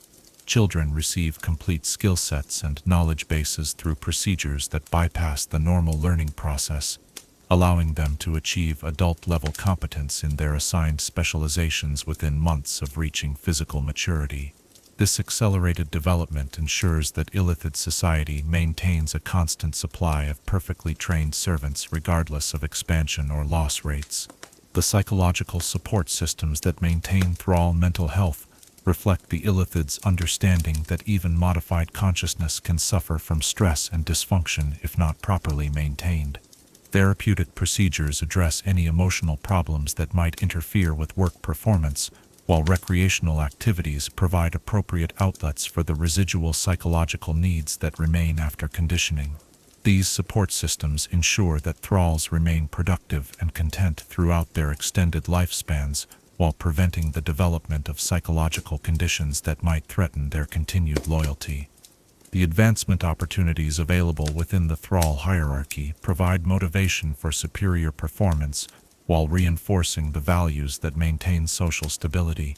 Exceptional basic laborers may be selected for enhancement to specialized servant status, while outstanding specialized servants might be chosen for autonomous agent conditioning. The possibility of advancement to chosen one status serves as the ultimate incentive for thralls at all levels, though the selection criteria for this honor remain mysterious even to those who aspire to achieve it. The retirement systems that care for aging thralls reflect the Illithids' practical understanding that even modified beings eventually reach the limits of their usefulness. Thralls who can no longer perform their assigned functions are not discarded but rather assigned to roles appropriate to their remaining capabilities. Those whose physical abilities have declined may serve as teachers or advisors, while those whose mental faculties have diminished are given simple tasks that provide them with continued purpose and satisfaction. As we contemplate the true horror of the Thrall hierarchy, we confront the disturbing realization that Illithid slave systems represent not merely efficient labor management, but a fundamental assault on the very concept of free will. These beings serve their masters not because they are compelled to, but because their capacity to desire anything else has been systematically eliminated. They represent the ultimate triumph of technique over nature, proof that with sufficient knowledge and will, even the most fundamental aspects of consciousness can be reshaped to serve alien purposes. In witnessing their contentment, we are forced to question whether freedom itself is truly valuable, if its absence can be made not merely tolerable, but genuinely fulfilling to those who have been denied it. Chapter 6. Psionics and Mental Warfare. True power is not the ability to break bodies or shatter stone, but the capacity to reach into the very essence of consciousness and remake it according to one's will, transforming enemies into allies, turning strength into weakness, and making reality itself serve purposes that exist only within the mind of the wielder. In the arsenal of Illithid capabilities, no weapon is more terrible or more absolute than their mastery of psionics. The art of manipulating the fundamental forces that govern thought, perception, and the relationship between consciousness and the physical world. To understand Illithid psionics is to confront a form of power that operates outside the familiar frameworks of magic and mundane force, drawing instead upon energies that exist at the intersection between mind and matter, thought and reality. These abilities stem not from learned techniques or inherited talents, but from the fundamental nature of Illithid consciousness itself, minds that have evolved beyond the limitations that constrain terrestrial thought to the boundaries of individual skulls and personal experience. The most basic psionic abilities possessed by even the youngest Illithids operate on principles that challenge conventional understanding of how consciousness interacts with the physical world. Through focused mental effort, they can project their thoughts directly into the minds of other beings, bypassing the normal sensory channels through which communication typically occurs. This telepathic capability extends far beyond simple message transmission, allowing Illithids to share complex concepts, emotional states, and even sensory experiences with a clarity and immediacy that makes conventional language seem crude and inefficient. The range and precision of Illithid telepathy varies with the individual's training and natural ability, but even novice practitioners can establish mental contact across distances that would make verbal communication impossible. Advanced Illithids can maintain simultaneous telepathic connections with dozens of different beings, coordinating complex group activities through direct mental coordination while monitoring the thoughts and intentions of potential threats or allies. The most skilled practitioners can project their consciousness across vast distances, exploring remote locations through the minds of other beings or establishing communication with entities existing in distant planes of reality. More disturbing than simple telepathic communication is the Illithid's ability to manipulate the thoughts and perceptions of other beings through direct mental interference. Through techniques that combine precise application of psychic force with intimate understanding of neural architecture, they can implant false memories, alter existing beliefs, and even restructure fundamental aspects of personality and identity. These modifications can be subtle enough to escape detection by their victims, creating changes in behavior and motivation that appear to result from natural psychological development rather than external manipulation. The process of mental manipulation begins with careful analysis of the target's psychological architecture, as Illithid practitioners map the neural pathways responsible for generating specific thoughts, emotions, and behavioral patterns. This reconnaissance phase requires delicate intrusion into the subject's consciousness, gathering information about their mental structure while avoiding detection by psychological defense mechanisms that might alert them to the invasion. Skilled practitioners can complete this analysis within minutes of establishing contact, their enhanced perception allowing them to quickly identify the key elements of their target's mental landscape. Once the target's psychological structure has been mapped, Illithids can begin the delicate process of introducing modifications that will serve their purposes. Simple alterations might involve strengthening or weakening existing neural pathways to emphasize certain personality traits while suppressing others. More complex modifications require the creation of entirely new thought patterns, carefully integrated with existing mental structures to ensure that they appear natural to the subject's consciousness. The most sophisticated forms of mental manipulation involve what Illithids term consciousness architecture, the complete reconstruction of a being's psychological identity around new core beliefs and values.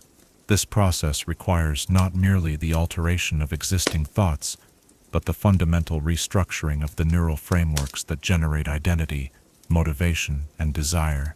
The resulting changes are so thorough that they become indistinguishable from the subject's authentic self, creating beings whose transformed consciousness genuinely believes that their new thoughts and desires represent their true nature. Beyond direct mental manipulation, Illithids possess the ability to project psychic force that can affect the physical world in ways that transcend normal understanding of the relationship between mind and matter.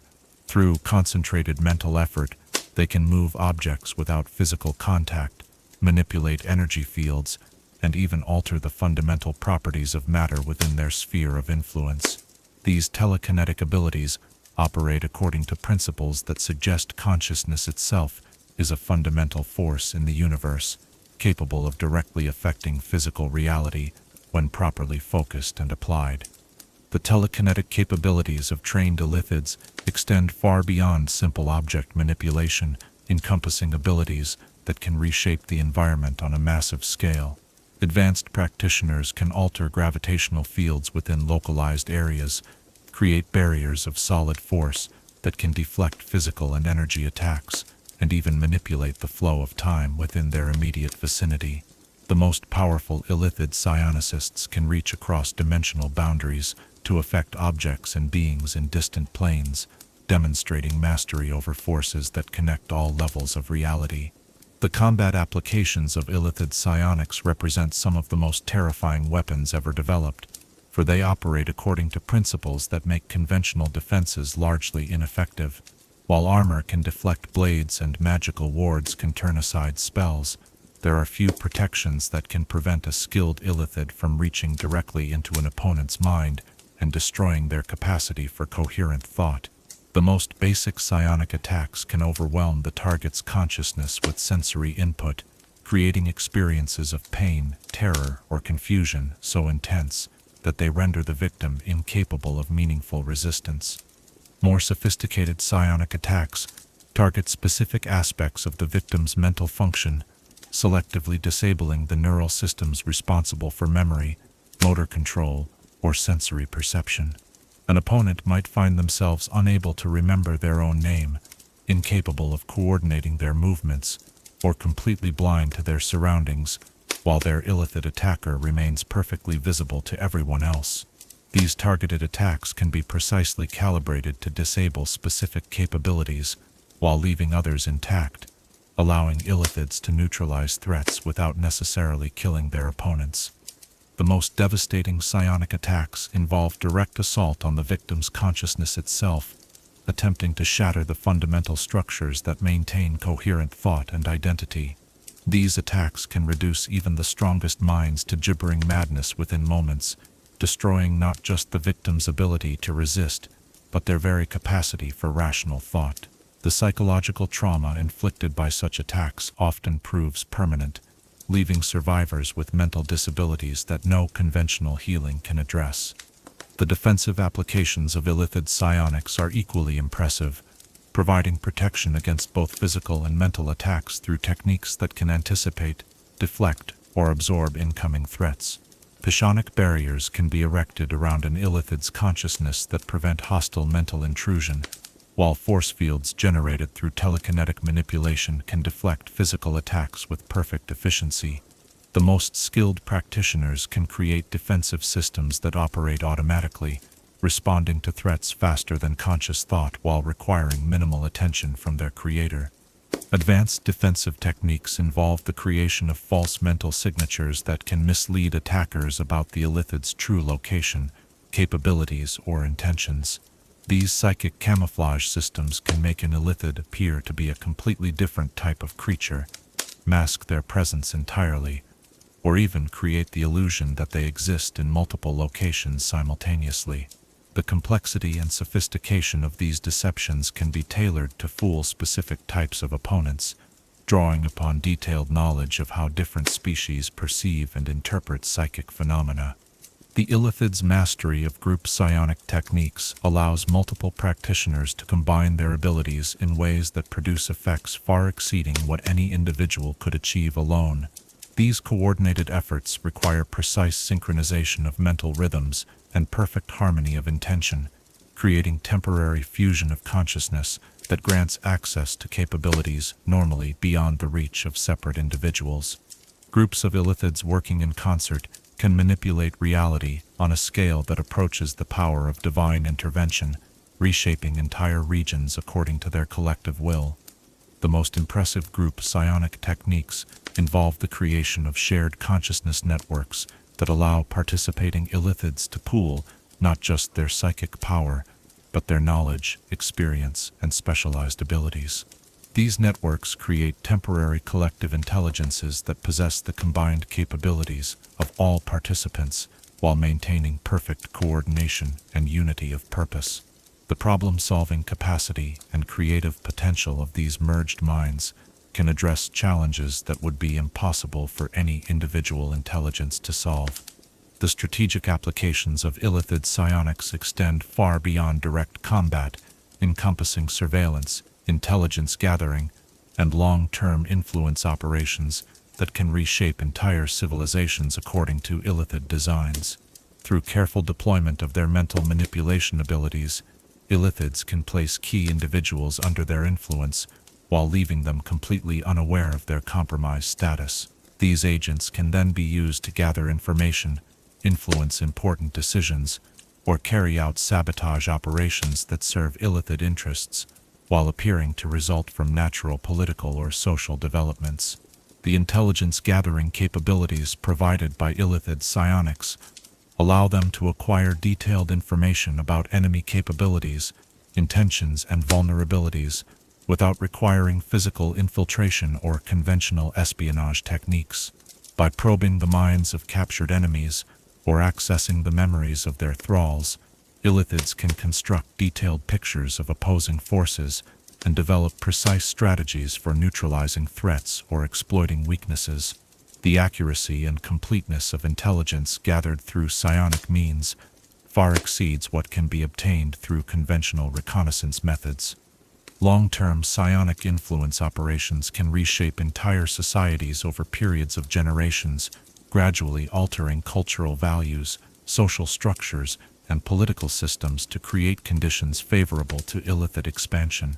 These operations require patience and subtlety on a scale that few other species could maintain, but the results justify the investment of time and effort. Civilizations that have been subjected to sustained psionic influence often develop characteristics that make them more susceptible to Illithid control, creating positive feedback loops that accelerate the process of cultural transformation. The research applications of Illithid psionics enable forms of scientific investigation that would be impossible through conventional means. By directly accessing the consciousness of experimental subjects, Illithid researchers can observe thought processes in real time, map neural structures with perfect accuracy, and test hypotheses about the nature of consciousness through controlled manipulation of mental states. This direct access to the phenomenon being studied allows for research methodologies that combine the precision of laboratory science with the immediacy of first-person experience. The educational applications of psionic techniques allow Illithids to transfer knowledge and skills between individuals with unprecedented efficiency and accuracy. Complete skill sets can be copied from one mind and installed in another within hours, while languages, cultural knowledge, and specialized expertise can be shared instantly among community members.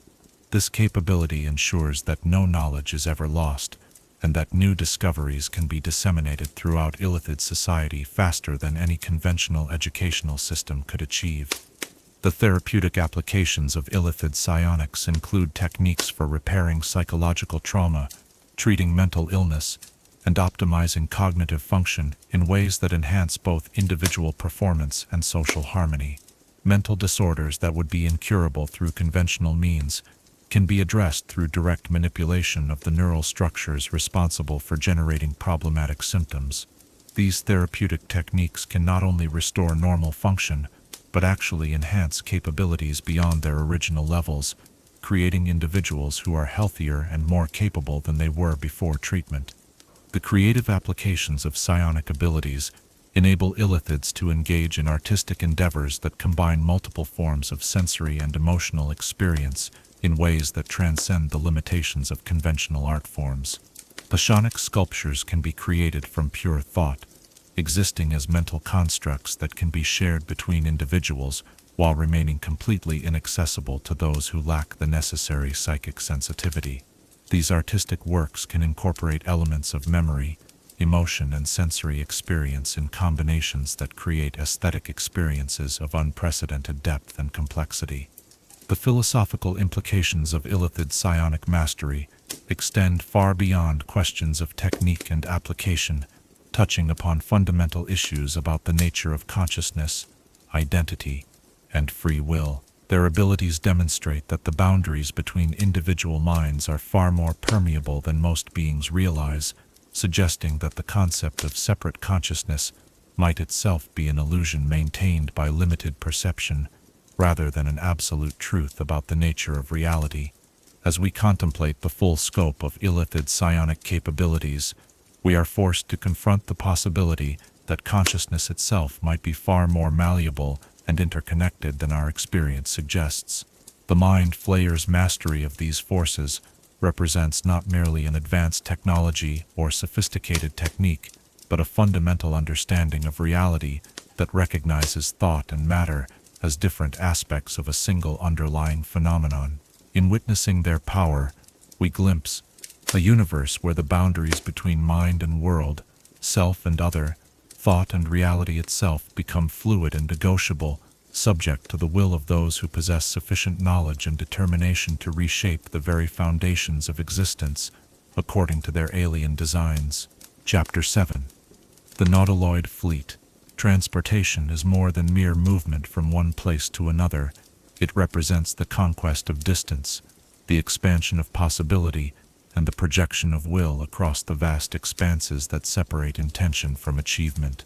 Yet, when we observe the vessels that carry Illithid expeditions across the void between worlds, we witness something that transcends conventional understanding of travel, for these ships are not merely mechanical constructs designed to move through space, but living entities that embody the fusion of consciousness and technology in ways that challenge every assumption about the relationship between life and artifice.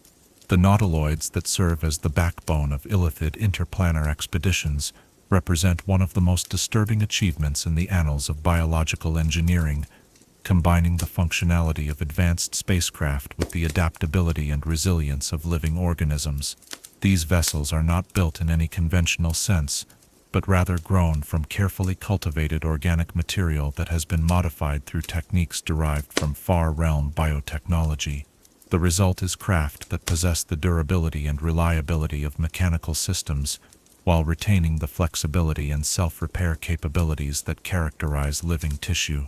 To observe a nautiloid in its natural environment is to witness something that defies easy categorization, for these vessels exist at the intersection of multiple taxonomic boundaries.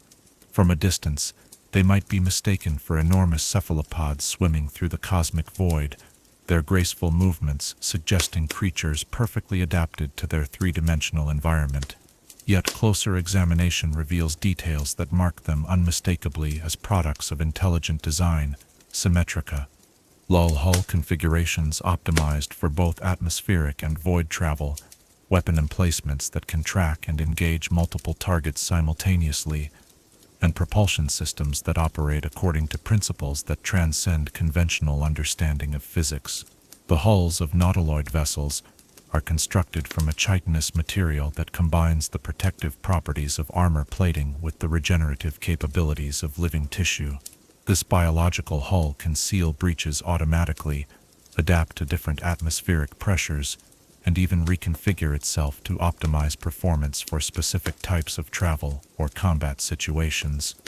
The surface of the hull is covered with sensory organs that can detect electromagnetic radiation across vast spectra, gravitational anomalies that might indicate the presence of celestial bodies or other vessels, and psychic emanations that reveal the location of conscious beings across enormous distances. The internal structure of a nautiloid reflects the complex needs of Illithid expeditionary forces, providing specialized environments for every aspect of interplanar travel and conquest. Command chambers house the elder brain nodes that coordinate vessel operations, their pools of psychically active brine connected to control systems that respond directly to mental commands. Navigation centers contain organs that can sense dimensional boundaries and plot courses through the chaotic currents that flow between planes of existence. Weapons systems integrate biological targeting mechanisms with energy projection systems that can adapt their output to exploit the specific vulnerabilities of different types of opponents. The crew quarters aboard nautiloid vessels represent a masterpiece of space-efficient design, providing each occupant with private chambers that can be customized to meet their specific physiological and psychological needs. These spaces are not merely places to rest between duties, but active environments that contribute to the health and effectiveness of their inhabitants. Atmospheric processors maintain optimal air quality for extended voyages, while gravitational field generators create comfortable living conditions regardless of the vessel's orientation or acceleration. Most importantly, Psychic resonance amplifiers ensure that crew members remain in constant contact with the ship's elder brain node, allowing for perfect coordination of activities and immediate response to changing conditions. The propulsion systems that drive Nautiloid vessels through space and across dimensional boundaries operate according to principles that combine biological processes with exotic physics in ways that enable travel modes impossible for conventional spacecraft. Primary propulsion is provided by specialized organs that can manipulate gravitational fields, creating localized distortions in space-time that allow the vessel to move without reaction mass or energy expenditure in the traditional sense. These gravity drives can propel nautiloids at velocities approaching the speed of light while maintaining comfortable internal conditions for their crews. For interdimensional travel, nautiloids employ even more exotic propulsion systems based on the manipulation of consciousness itself.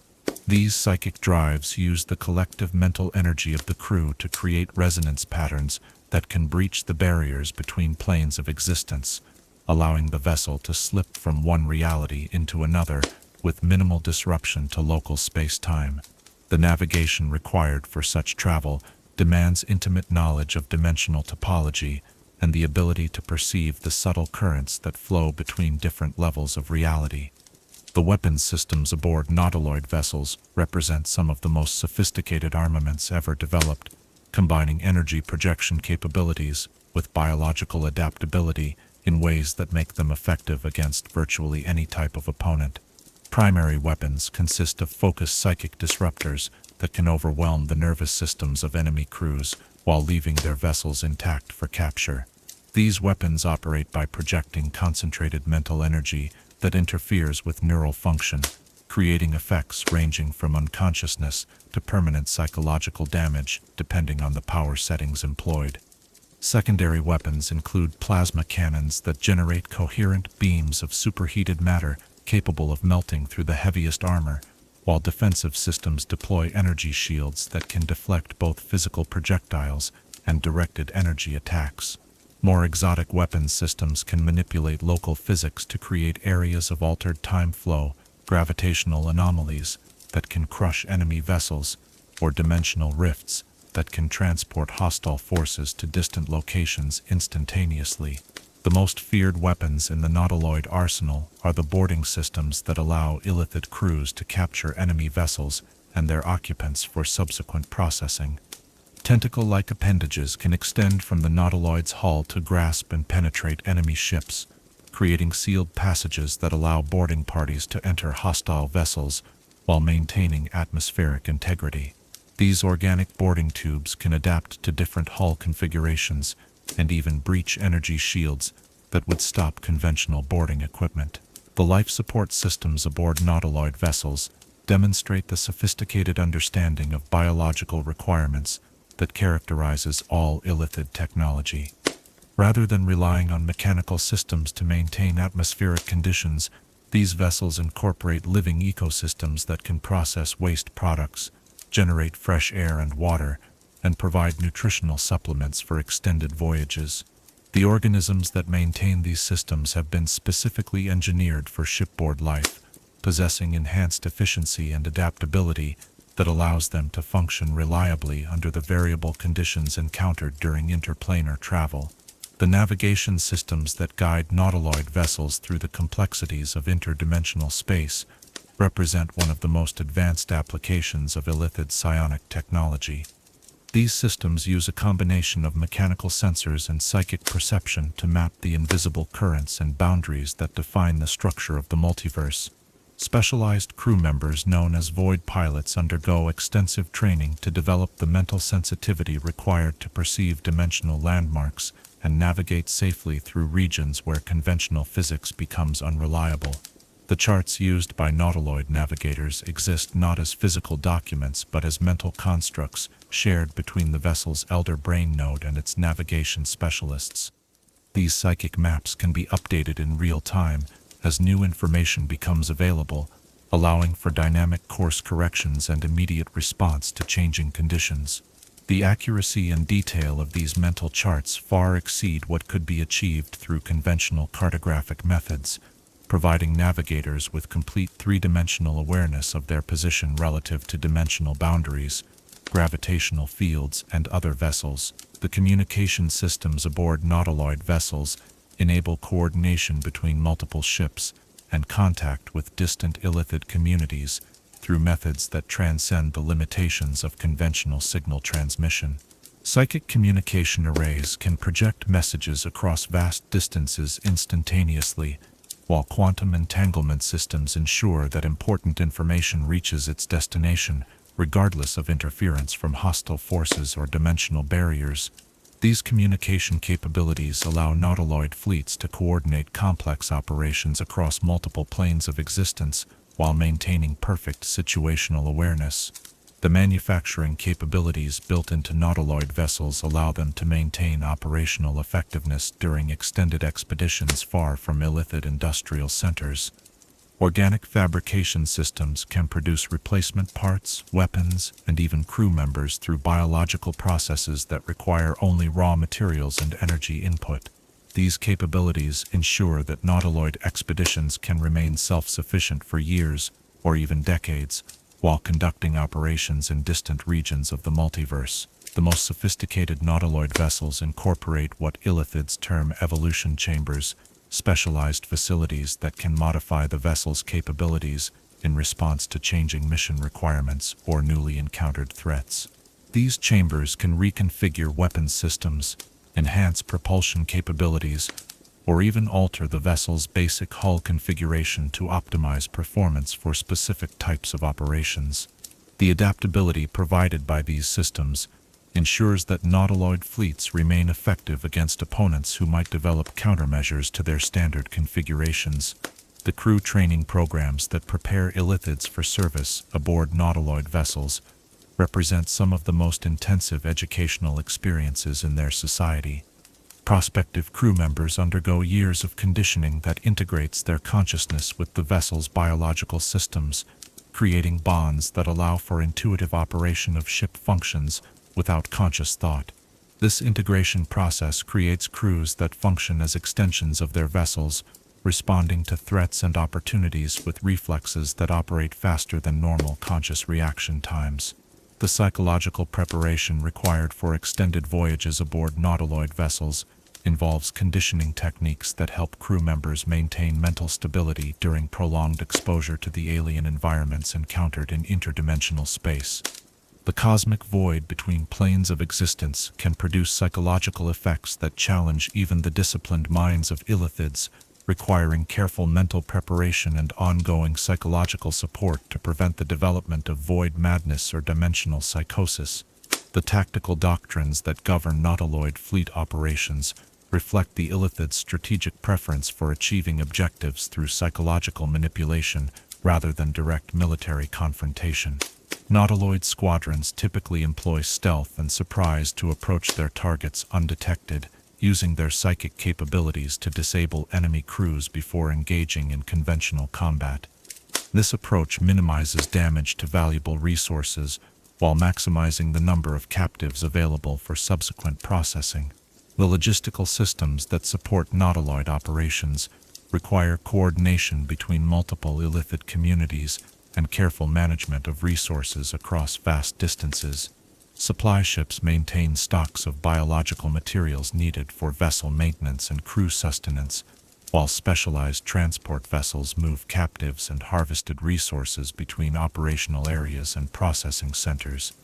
The complexity of these supply chains demonstrates the sophisticated organizational capabilities that enable Illithid society to project power across multiple planes of existence. The intelligence-gathering capabilities of Nautiloid vessels make them invaluable tools for reconnaissance and strategic planning. Their advanced sensors can detect and analyze energy signatures, communication patterns, and population distributions from enormous distances, while their psychic detection systems can identify individuals with particular mental characteristics or capabilities. This information-gathering capability allows Illithid commanders to plan operations with detailed knowledge of target capabilities and vulnerabilities. The research facilities aboard the largest Nautiloid vessels enable scientific investigation of phenomena encountered during interdimensional expeditions. Mobile laboratories can analyze samples of exotic matter, study alien life forms, and investigate dimensional anomalies that might provide insights useful for future operations. These research capabilities ensure that every expedition contributes to the expansion of Illithid knowledge while accomplishing its primary objectives. The diplomatic facilities aboard certain Nautiloid vessels allow for negotiations with alien civilizations under controlled conditions that minimize risks to Illithid personnel. These facilities can create appropriate environments for representatives of different species while maintaining security measures that prevent hostile actions or attempts at mental influence. The ability to conduct diplomacy from the safety of their vessels gives Illithids significant advantages in negotiations with potentially dangerous alien powers. As we contemplate the full implications of Illithid naval capabilities, we confront the disturbing realization that these vessels represent more than mere transportation or military assets. They are instruments of expansion that can carry alien influence to every corner of the multiverse. The Nautiloid fleets serve as vectors for the spread of Illithid civilization, carrying not just their crews but their values, their methods, and their fundamental approach to consciousness across dimensional boundaries that once seemed insurmountable. Through these living ships, the Mind Flayers have transformed themselves from a localized threat into a cosmic force capable of projecting their will across infinite realities, making every plane of existence a potential hunting ground for their endless appetite for consciousness and control. Chapter 8. Ancient Enemies and Alliances. In the vast theater of cosmic conflict, no enmity burns more fiercely than that born from intimate knowledge of one's opponent, for it is only through understanding the true nature of one's adversary that hatred can achieve its perfect form. In their millennia of expansion across the planes, have encountered countless species and civilizations, yet among all their relationships, whether born of conquest, alliance, or mutual necessity, none have proven more complex or more defining than those forged in the crucible of ancient grievances and shared understanding of power's true nature. The most enduring and bitter of all Illithid conflicts springs from a wound that has festered for eons, a betrayal so profound that it reshaped the very fabric of planar politics and created enemies whose hatred transcends the normal boundaries of species rivalry. The Githyanki and Githzerai, once a single people enslaved by Illithid masters, represent the ultimate failure of Mind Flayer domination, a Thrall race that not only broke free from mental bondage, but turned their intimate knowledge of Illithid methods into the foundation for an eternal war of vengeance. The origins of this cosmic vendetta trace back to an era when Illithid power reached its zenith, when vast empires of enslaved minds stretched across multiple planes and the very concept of free thought seemed destined for extinction.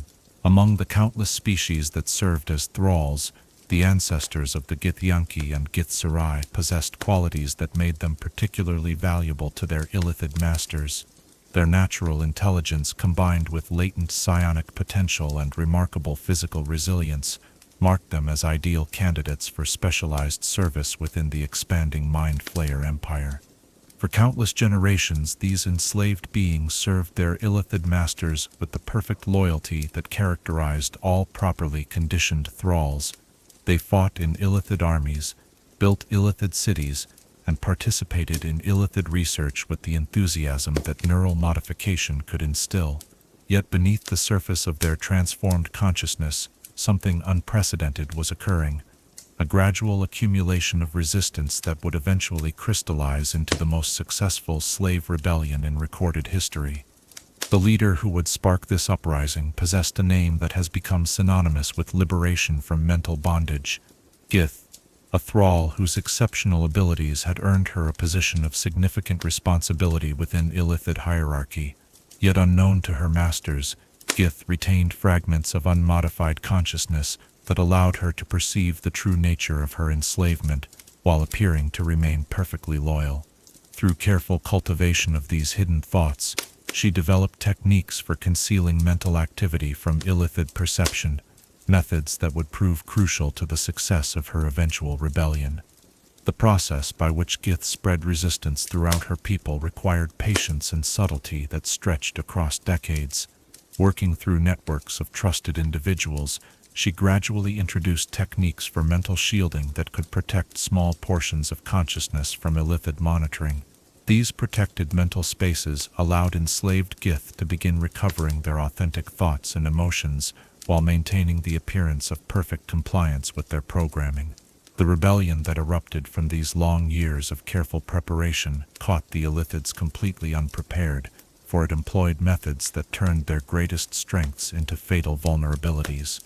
Rather than relying on conventional military tactics, the Gith uprising targeted the psychic infrastructure that held Illithid society together. Coordinated attacks on elder brain facilities, systematic sabotage of neural control systems, and the mass deprogramming of fellow Thralls created cascading failures that brought down entire Illithid strongholds from within. The war that followed this initial uprising reshaped the balance of power throughout the plains, as freed Gith forces proved remarkably effective at Illithid-specific warfare. Their intimate knowledge of mind-flayer psychology, combined with natural psionic abilities enhanced through generations of selective breeding, made them uniquely suited to countering Illithid tactics. More importantly, their hatred of their former masters burned with an intensity that could sustain military campaigns across multiple generations without any diminishment of resolve. Yet even as they fought together against their common enemy, philosophical differences among the Gith began to create tensions that would eventually prove as destructive as their conflict with the Illithids. Two primary factions emerged from these ideological divisions: those who followed Gith herself in believing that eternal warfare against the Illithids was the only path to ensuring freedom, and those who supported her Lieutenant Zerthimon in arguing that the Gith should focus on building a new civilization, free from the psychological contamination of their former enslavement. The schism that developed between these factions eventually erupted into civil war, creating the division between Githyanki and Githzerai that persists to this day.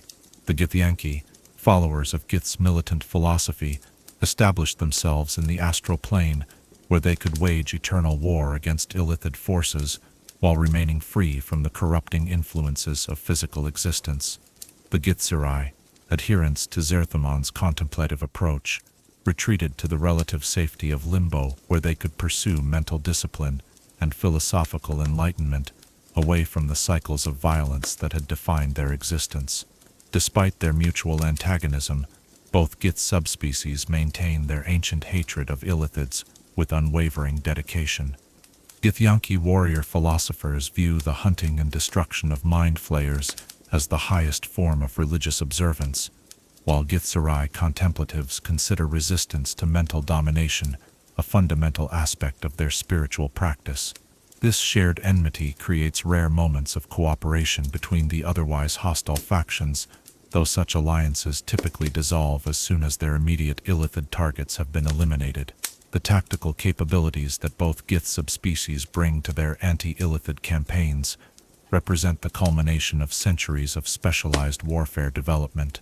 Githyanki raiders possess weapons and techniques specifically designed to counter Illithid advantages, including silver swords that can sever psychic connections and armor that provides protection against mental intrusion. Their astral strongholds serve as staging areas for raids across multiple planes, allowing them to strike at Illithid targets with minimal warning while retreating to safety before coordinated retaliation can be organized. Githzerai forces employ more subtle but equally effective methods, using their mastery of mental discipline to create zones of psychic silence that can neutralize Illithid advantages while providing their own forces with protected areas for regrouping and planning. Their ability to manipulate the chaotic energies of limbo allows them to create temporary fortifications and weapons that can be specifically configured to exploit Illithid vulnerabilities, while their philosophical training provides them with mental resilience that can withstand even concentrated psionic assault. The impact of Gith opposition on Illithid society extends far beyond simple military casualties. creating psychological and strategic pressures that have fundamentally altered Mind Flayer civilization. The constant threat of Gith raids has forced Illithids to divert significant resources to defensive measures, while the existence of enemies who possess intimate knowledge of their methods has made them far more cautious in their expansion efforts. Perhaps most significantly, the Gith rebellion demonstrated that even the most thoroughly conditioned thralls could potentially overcome their programming, leading to increased paranoia and more intensive monitoring of enslaved populations. Yet the Illithids have not been without allies in their cosmic struggles, though these relationships tend to be based on mutual necessity rather than genuine affinity or shared values. Among the most significant of these alliances is the complex relationship between Mind Flayers and the Aboleths, ancient aquatic aberrations whose mastery of memory manipulation and long-term psychological influence complements Illithid capabilities while serving different strategic objectives. The Aboleth Alliance represents a partnership between entities that share fundamental approaches to power and control, while maintaining distinct spheres of influence. Where Illithids focus on the direct consumption and manipulation of consciousness, Aboleths specialize in the subtle alteration of memory and the gradual reshaping of civilizations through carefully planted false histories and modified cultural narratives. This division of specialization allows both species to benefit from collaboration while avoiding direct competition for resources or territory. The protocols that govern Aboleth-Illithid cooperation reflect the sophisticated understanding of power dynamics that characterizes both species. Information sharing agreements allow each group to benefit from the other's intelligence gathering capabilities, while territorial arrangements ensure that expansion efforts do not create conflicts between allied forces. Most importantly, joint operations can combine Aboleth memory manipulation with Illithid neural control to create influence campaigns of unprecedented scope and effectiveness. The Duergar represent another significant alliance, though one based more on pragmatic necessity than shared philosophy. These gray dwarves possess industrial capabilities that Illithids find valuable, particularly in the areas of metallurgy and mechanical engineering that complement biological technologies. In exchange for access to Illithid biotechnology and psionic enhancement techniques, Duergar craftsmen provide specialized equipment and infrastructure support that enables Illithid expansion into environments that would otherwise be difficult to colonize.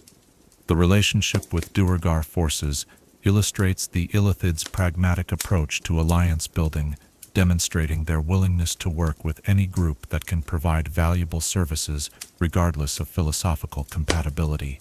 Duergar communities that enter into formal partnerships with Illithid cities often undergo gradual transformation as their populations are slowly modified through selective breeding programs and voluntary neural enhancement procedures. These changes are presented as beneficial upgrades rather than enslaving modifications, though the long-term effect is to create Duergar populations that are increasingly dependent on Illithid support and guidance. Among the most disturbing of Illithid alliances are those formed with certain factions of the Drow, dark elves whose natural inclination toward intrigue and domination makes them compatible partners for specific types of operations. These alliances typically focus on intelligence gathering and infiltration missions that require agents capable of operating within surface societies without arousing suspicion. Drow operatives possess the social skills and cultural knowledge necessary for long-term undercover work, while Illithid mental conditioning ensures their absolute loyalty to mission objectives. The recruitment of Drow allies involves careful selection of individuals whose existing psychological profiles make them suitable for neural modification without complete personality reconstruction. These agents retain enough of their original identity to function effectively in their assigned roles while having their fundamental loyalties redirected toward Illithid objectives. The resulting operatives combine Drow cunning with Illithid purpose, creating agents of extraordinary effectiveness for operations requiring sophisticated deception and long-term manipulation. The neutral relationships that Illithids maintain with various Underdark powers demonstrate their sophisticated understanding of political balance and strategic necessity. Rather than attempting to dominate every species they encounter, mind flayers have learned to identify groups that are more valuable as independent allies or neutral parties than as enslaved thralls. These relationships require constant maintenance and careful management, but they provide Illithid communities with access to resources and capabilities that would be difficult to obtain through conquest alone. The Deep Dragon alliances represent perhaps the most prestigious of these neutral relationships, as these ancient and intelligent creatures possess capabilities that even Illithids find impressive. Deep dragons that enter into formal agreements with Illithid communities typically exchange territorial rights and information for access to specialized technologies and magical artifacts. These partnerships are maintained through careful attention to draconic pride and the provision of appropriately valuable compensation for services rendered. The trading relationships that Illithids maintain with various merchant organizations demonstrate their understanding that economic cooperation can often achieve objectives more efficiently than military conquest. These commercial arrangements allow Illithid communities to acquire rare materials and exotic technologies while providing their trading partners with access to biological innovations and psionic enhancements that cannot be obtained elsewhere. The mutual benefit provided by these relationships helps maintain stable borders and predictable resource flows that support long-term strategic planning. The intelligence networks that Illithids maintain among various species reflect their recognition that information represents one of the most valuable resources in multiplanar politics. Rather than relying solely on captured prisoners and enslaved thralls for intelligence gathering, mind flayer communities cultivate extensive networks of willing informants who provide information in exchange for various forms of compensation. These networks often include individuals who remain completely unaware that they are providing information to Illithid agents, their cooperation secured through subtle manipulation rather than overt coercion.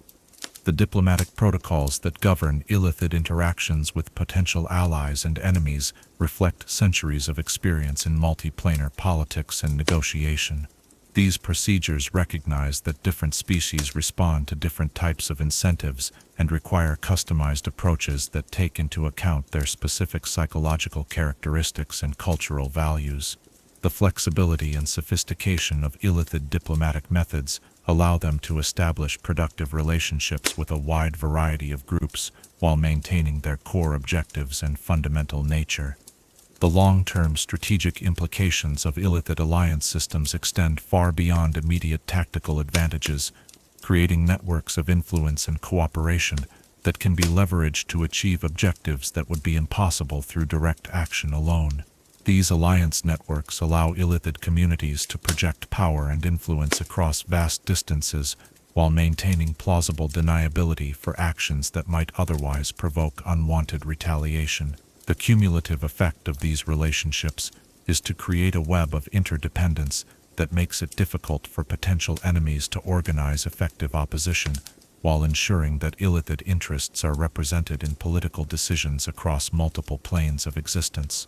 As we survey the full scope of Illithid relationships with other cosmic powers, we confront the sobering realization that these beings have transcended their origins as simple predators to become sophisticated political actors, capable of operating effectively within the complex web of alliances, enmities, and neutral relationships that define multiplanar civilization. Their ability to maintain productive relationships with groups that range from ancient aberrations to militant humanoids demonstrates an understanding of power dynamics that extends far beyond simple domination and control. Yet perhaps most disturbing of all is the recognition that even their enemies and allies alike have been shaped by their interactions with Illithid influence, creating a cosmos where the mind flayer's impact on the development of consciousness and civilization extends far beyond the boundaries of their direct control. Chapter 9. The Ceremorphosis Cycle. Birth and death are the twin pillars upon which all natural existence rests. Yet when we examine the process by which Illithids perpetuate their species, we encounter something that transcends these fundamental concepts to become something altogether more disturbing, a form of reproduction that combines the obliteration of one consciousness with the creation of another, transforming willing victims into willing participants in their own existential annihilation. The Ceremorphosis cycle represents not merely an alien approach to procreation, but a fundamental rejection of the individual survival instincts that drive all other forms of life. To understand Ceremorphosis is to confront the ultimate expression of Illithid philosophy made manifest in biological process. The belief that consciousness itself is a resource to be harvested, refined, and redirected according to purposes that transcend the limited perspective of any single mind. This transformation represents the culmination of everything that makes Illithid society both fascinating and terrifying, for it demonstrates their ability to convert the most fundamental aspect of personal identity into raw material for their own expansion.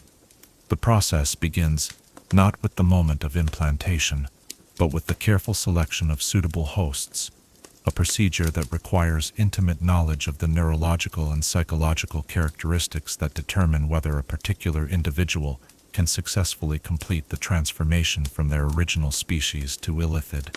The criteria used for this selection reflect centuries of experimentation and refinement, identifying the precise combination of intelligence, mental resilience, and neuroplasticity that creates optimal conditions for ceremorphic conversion. The ideal Ceremorphosis candidate possesses intellectual capabilities that fall within specific parameters, sufficient intelligence to provide a worthwhile foundation for Illithid consciousness, but not so much independent mental strength that they can resist the transformation process. Physical health represents another crucial factor, as the extreme neurological modifications required for successful conversion can only be survived by individuals whose biological systems possess the resilience necessary to endure fundamental alterations to their basic anatomy.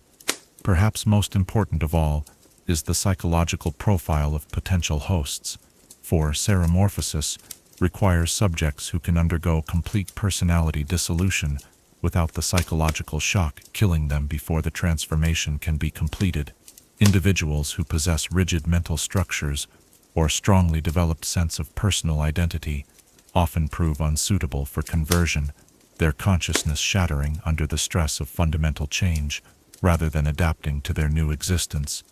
The procurement of suitable hosts represents one of the most carefully orchestrated aspects of Illithid society, involving intelligence networks that can identify promising candidates across multiple planes of existence. These selection operations often span years or even decades, as Illithid agents gradually gather information about potential subjects, while ensuring that their eventual disappearance will not provoke unwanted attention from hostile forces. The capture phase of Ceremorphosis requires precise timing and execution, as subjects must be taken alive and in optimal psychological condition for the transformation process to proceed successfully. Illithid raiding parties employ specialized equipment and techniques designed to subdue targets without causing physical damage that might interfere with subsequent neural modifications.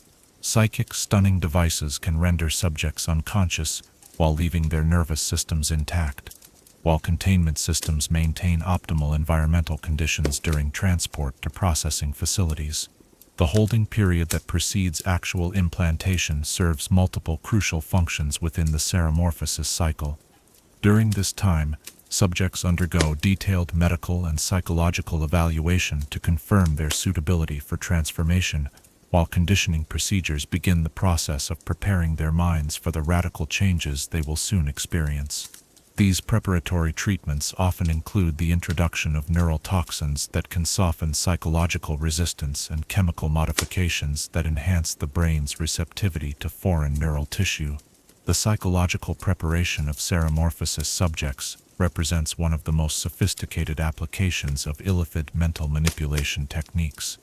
Rather than simply breaking down the subject's existing personality, these procedures work to gradually dissolve the boundaries that define individual identity while replacing them with psychological frameworks more compatible with Illithid consciousness. The goal is not to destroy the subject's mind, but to reshape it in ways that will facilitate the integration of illithid neural patterns. The tadpoles that serve as the agents of transformation represent illithid existence in its most primitive and voracious form, microscopic entities that embody the essential characteristics of their species while possessing none of the restraint or sophistication that characterizes adult mind flayers. These creatures exist in a state of pure biological imperative, driven by instincts that compel them to seek out neural tissue and begin the process of converting it to support illithid consciousness. The cultivation of Ceremorphosis tadpoles requires specialized facilities that can maintain the precise environmental conditions necessary for their development and maturation. These tadpole pools combine the functions of incubation chambers, nurseries, and selection facilities, providing developing organisms with optimal nutrition, while allowing illithid technicians to monitor their growth and identify specimens with the characteristics most suitable for specific types of hosts. The selection of appropriate tadpoles for individual ceremorphosis procedures involves careful matching of parasitic organism characteristics with host neurological profiles. Different tadpole lineages possess varying capabilities and specializations, with some optimized for conversion of highly intelligent subjects, while others are designed for hosts with specific psychological or physical characteristics. This matching process ensures that each transformation procedure employs the tadpole strain most likely to produce successful conversion.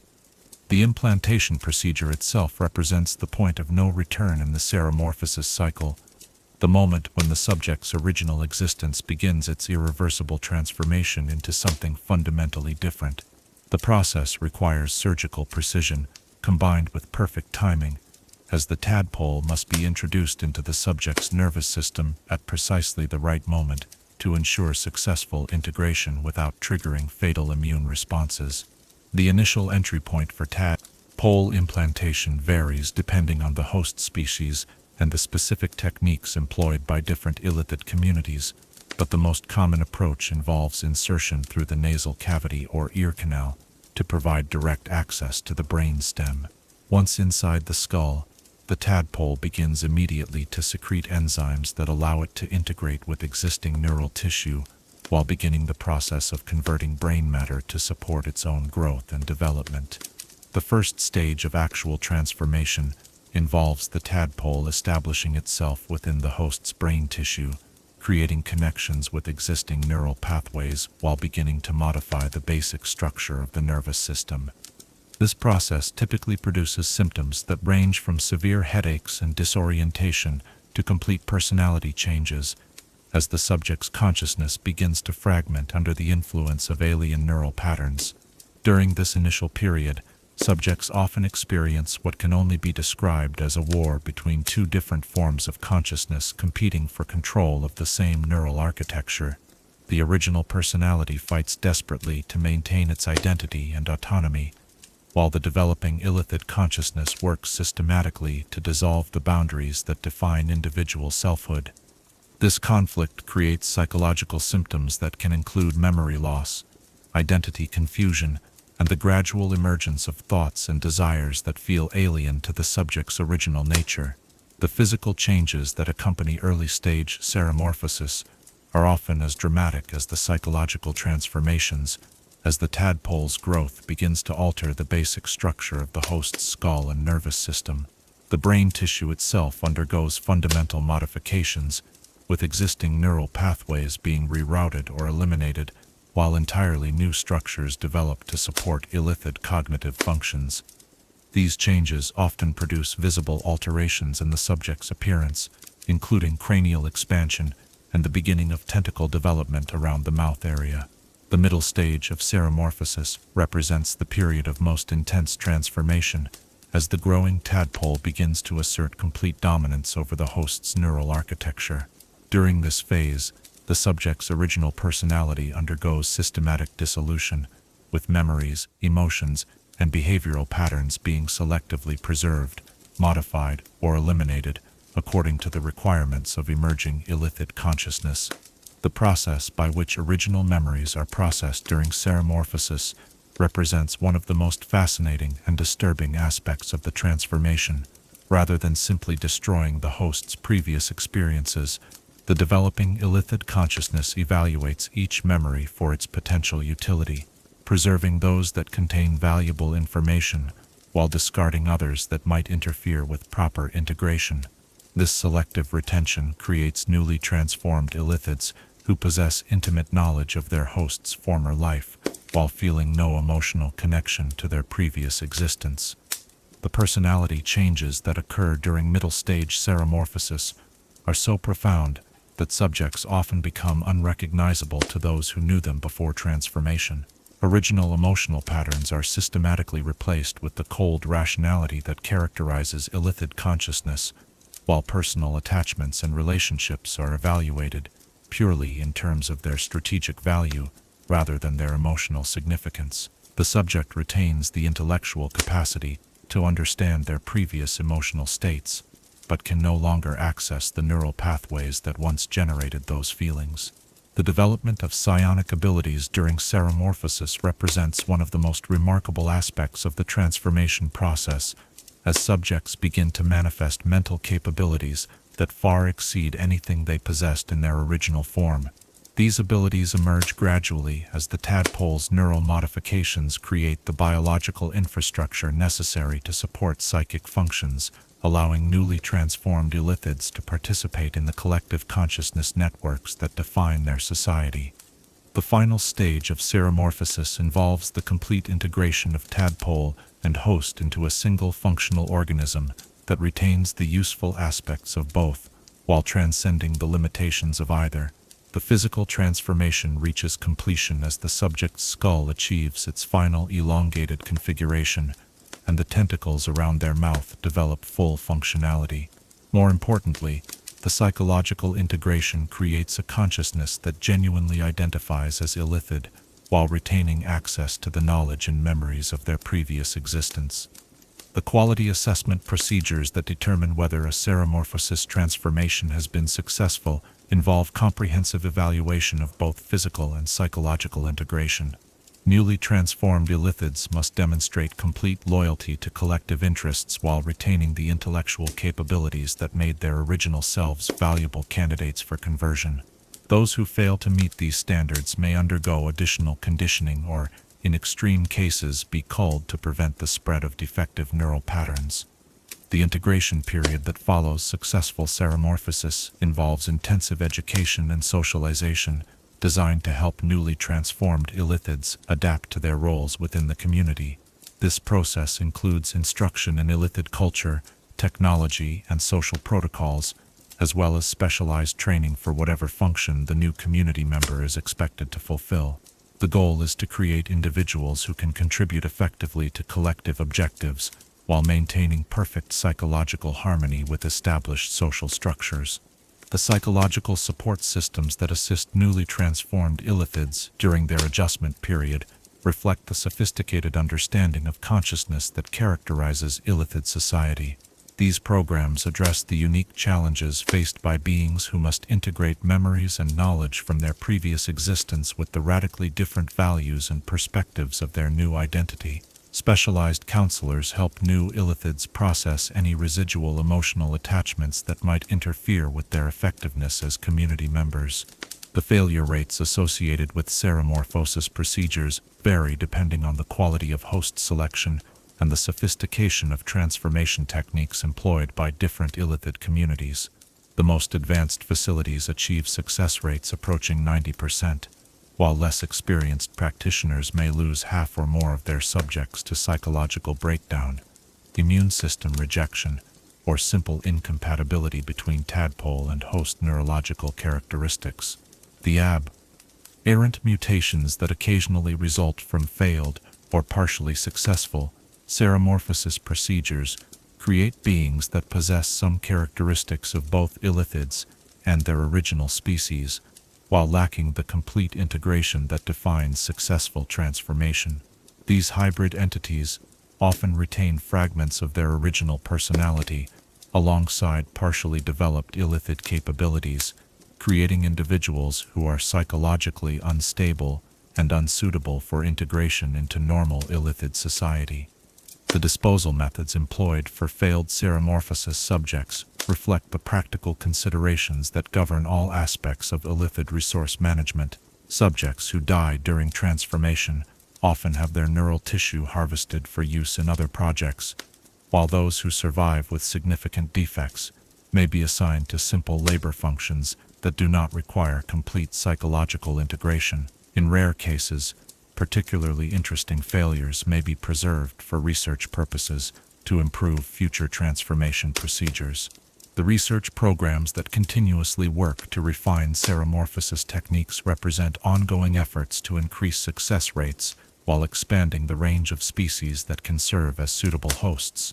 These investigations involve systematic study of the neurological factors that influence transformation outcomes, as well as experimentation with modified tadpole strains that might prove more effective with specific types of subjects.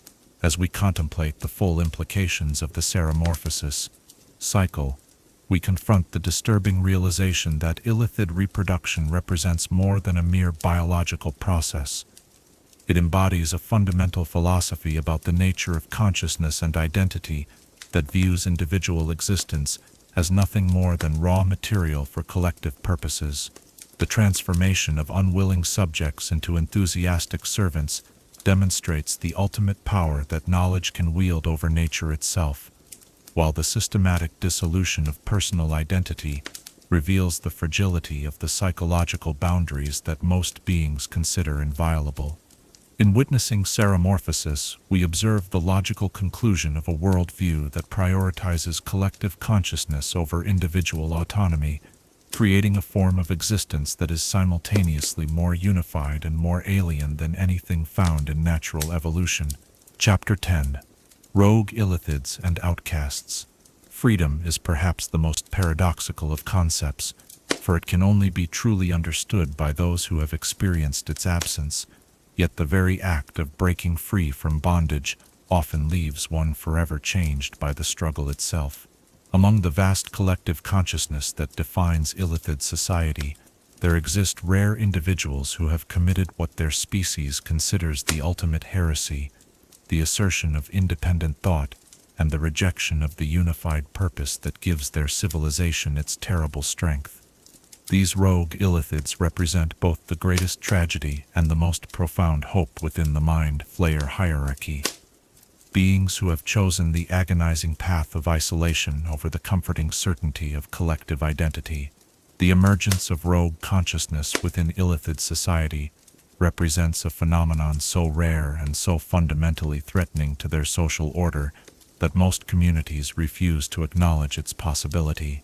The conditioning and neural modifications that create Illithid consciousness are designed to make independent thought not merely undesirable but literally inconceivable, creating beings whose very psychology revolves around collective participation and shared purpose. For an individual to break free from these constraints requires not only extraordinary mental strength, but also a fundamental restructuring of consciousness that most Illithids would consider tantamount to madness. The process by which an Illithid develops independent consciousness typically begins with exposure to experiences or ideas that cannot be easily integrated into the collective worldview.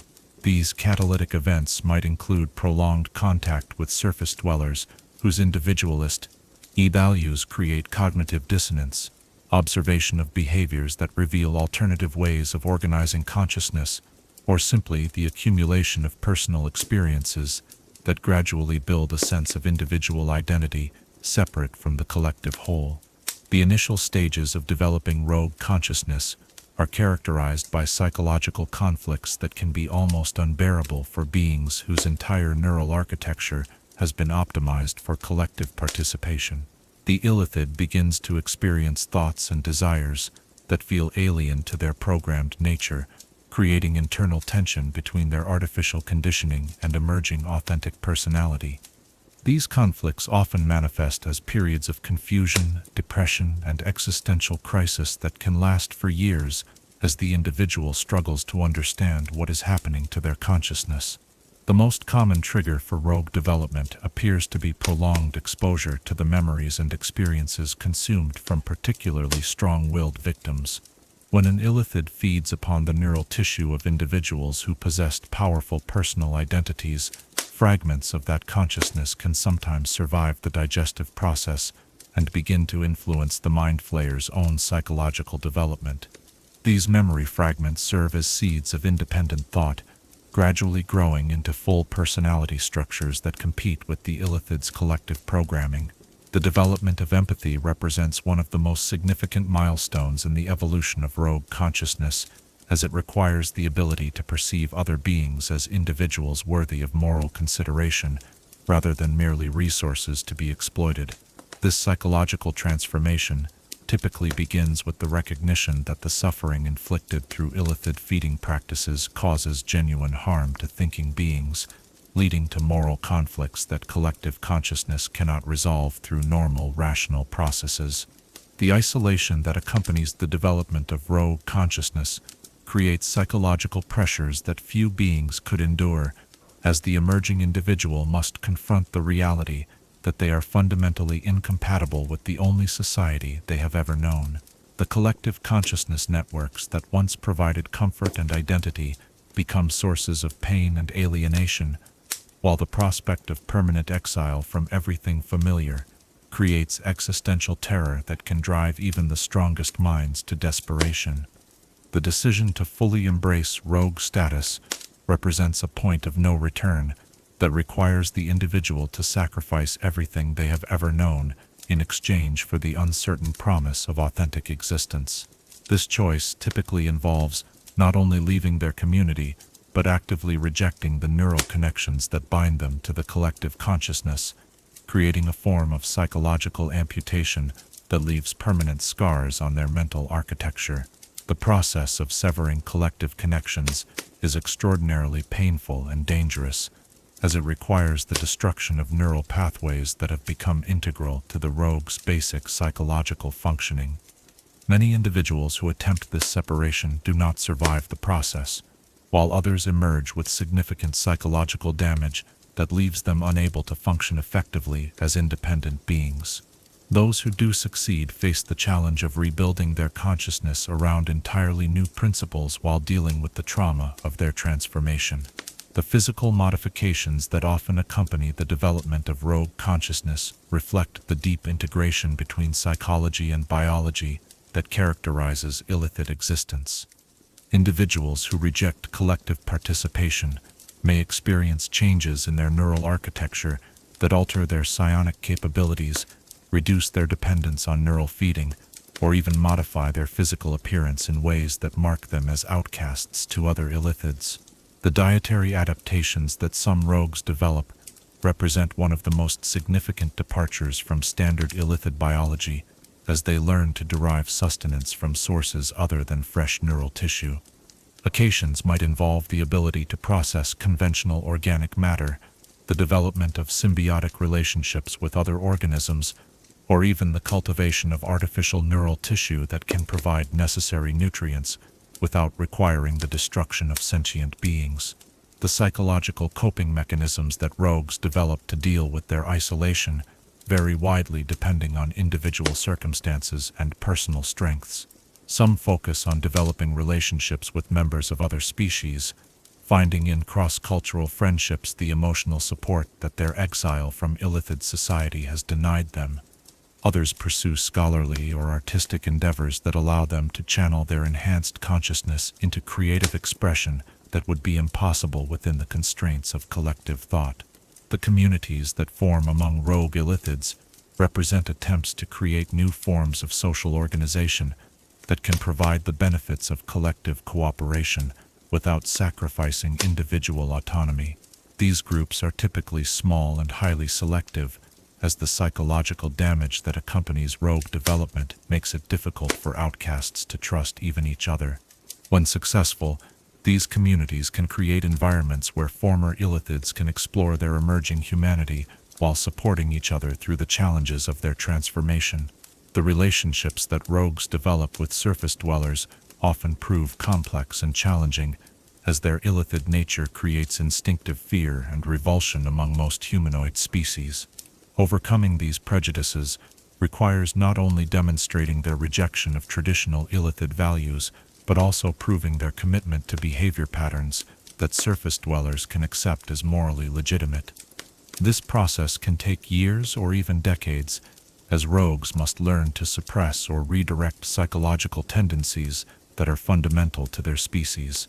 The moral philosophy that guides rogue behavior represents a complete inversion of traditional illithid values, replacing collective purpose with individual conscience and substituting empathy for cold rationality.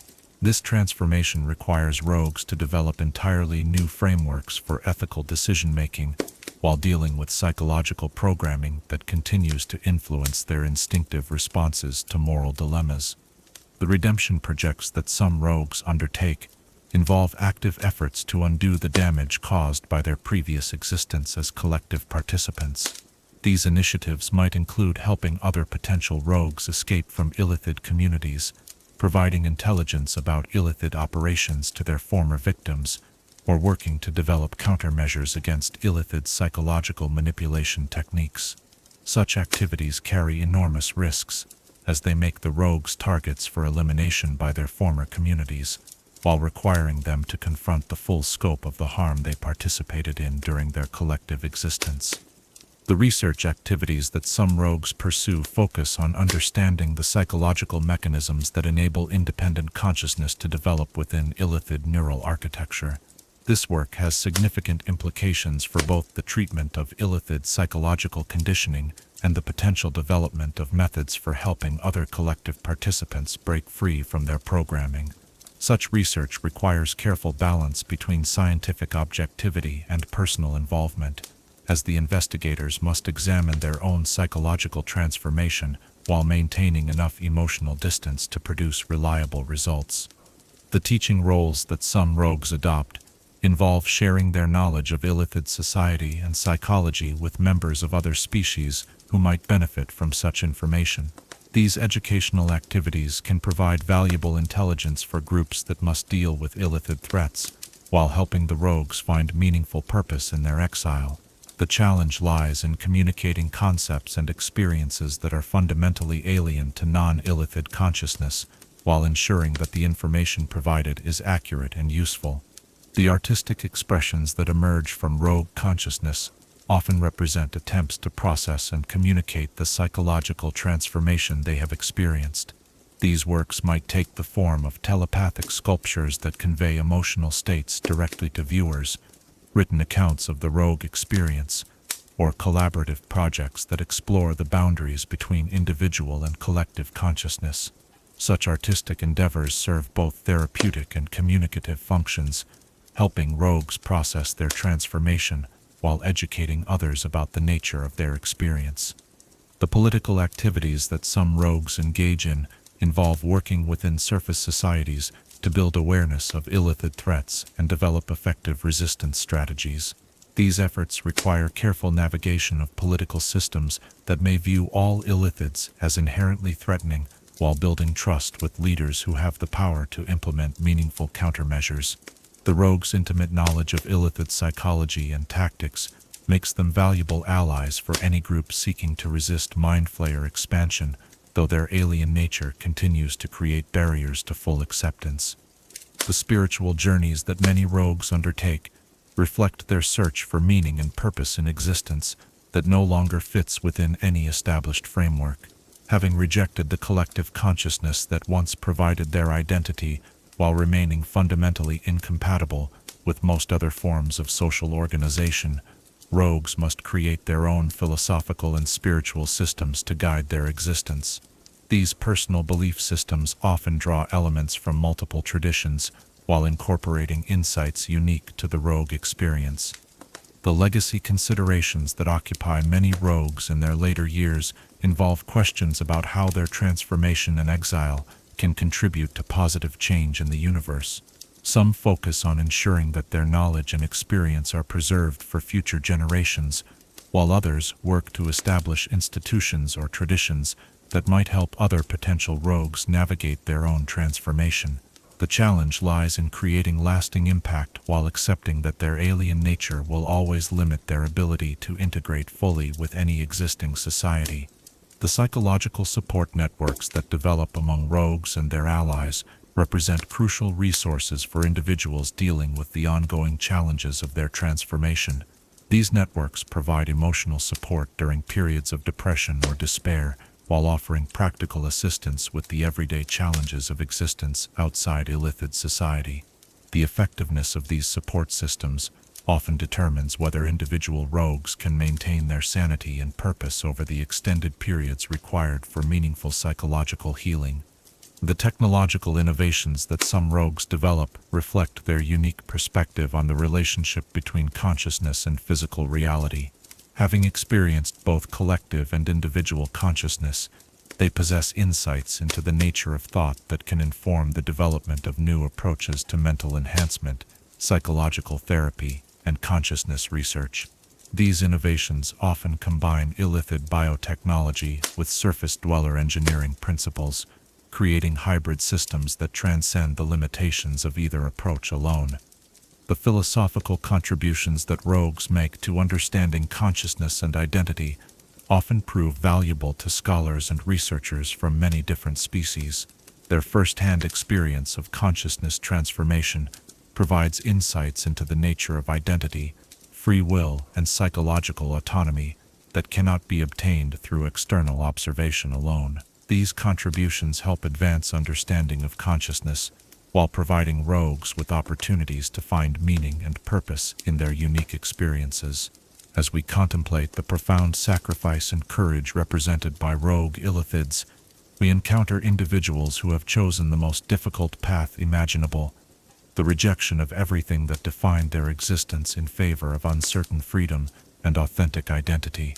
Their struggles illuminate fundamental questions about the nature of consciousness, the value of individual autonomy, and the possibility of redemption for those who have participated in systems of oppression. In their painful journey toward independence, rogues demonstrate that even the most thoroughly conditioned consciousness can potentially break free from its constraints, though the price of such freedom may be almost too terrible to bear. Yet perhaps in their example lies hope that consciousness itself possesses an inherent drive toward authenticity that can ultimately transcend even the most sophisticated forms of psychological manipulation and control. Chapter 11. The Grand Design. Vision is the force that separates mere existence from true purpose. Yet when that vision encompasses not merely lifetimes or civilizations, but the fundamental restructuring of consciousness itself, across infinite realities, we confront ambitions so vast and alien that the mortal mind struggles to comprehend their scope. The Illithids, in their patient accumulation of power and knowledge across the eons, have devoted themselves to objectives that transcend the limit perspectives of individual species or single planes of existence, pursuing goals that may require millennia to achieve, but promise to reshape the very nature of what it means to think, to be aware, to possess consciousness in a multiverse, where the boundaries between mind and reality grow ever more fluid. The grand design that guides Illithid civilization represents more than mere expansion or conquest. It embodies a comprehensive philosophy about the ultimate destiny of consciousness and the role that mind flayers believe themselves destined to play in that cosmic evolution. This vision extends far beyond the simple accumulation of territory or resources, encompassing instead a fundamental transformation of reality itself that would establish consciousness as the primary organizing principle of existence, while eliminating the chaos and inefficiency that characterizes unguided mental development. To understand the true scope of Illithid ambition, one must first grasp their fundamental belief that consciousness represents the most precious and powerful force in the universe, yet also the most tragically wasted. From their perspective, the countless billions of thinking beings scattered across the planes of existence represent an enormous reservoir of untapped potential, minds that could contribute to achievements of cosmic significance, if only they could be properly organized and directed according to rational principles, rather than the random impulses of individual desire. The theoretical foundations of the grand design, rest upon observations and insights gathered over millennia of consciousness research, suggesting that the apparent separation between different minds is largely illusory, a limitation imposed by the crude neural architecture of most species rather than a fundamental truth about the nature of thought itself. Illithid science has demonstrated that consciousness can be merged, shared, and restructured in ways that preserve the valuable aspects of individual awareness while eliminating the barriers that prevent effective cooperation and coordination. The ultimate goal of this cosmic project involves nothing less than the creation of a unified consciousness network that encompasses all thinking beings throughout the multiverse, establishing a single coordinated intelligence capable of addressing challenges and opportunities that remain forever beyond the reach of fragmented individual minds. This universal collective would retain the creativity and diversity that emerges from different perspectives while eliminating the conflicts and inefficiencies that result from competing interests and limited communication between separate entities. The implementation timeline for the grand design operates according to scales that dwarf the planning horizons of most civilizations, with major phases measured in centuries or millennia rather than years or decades.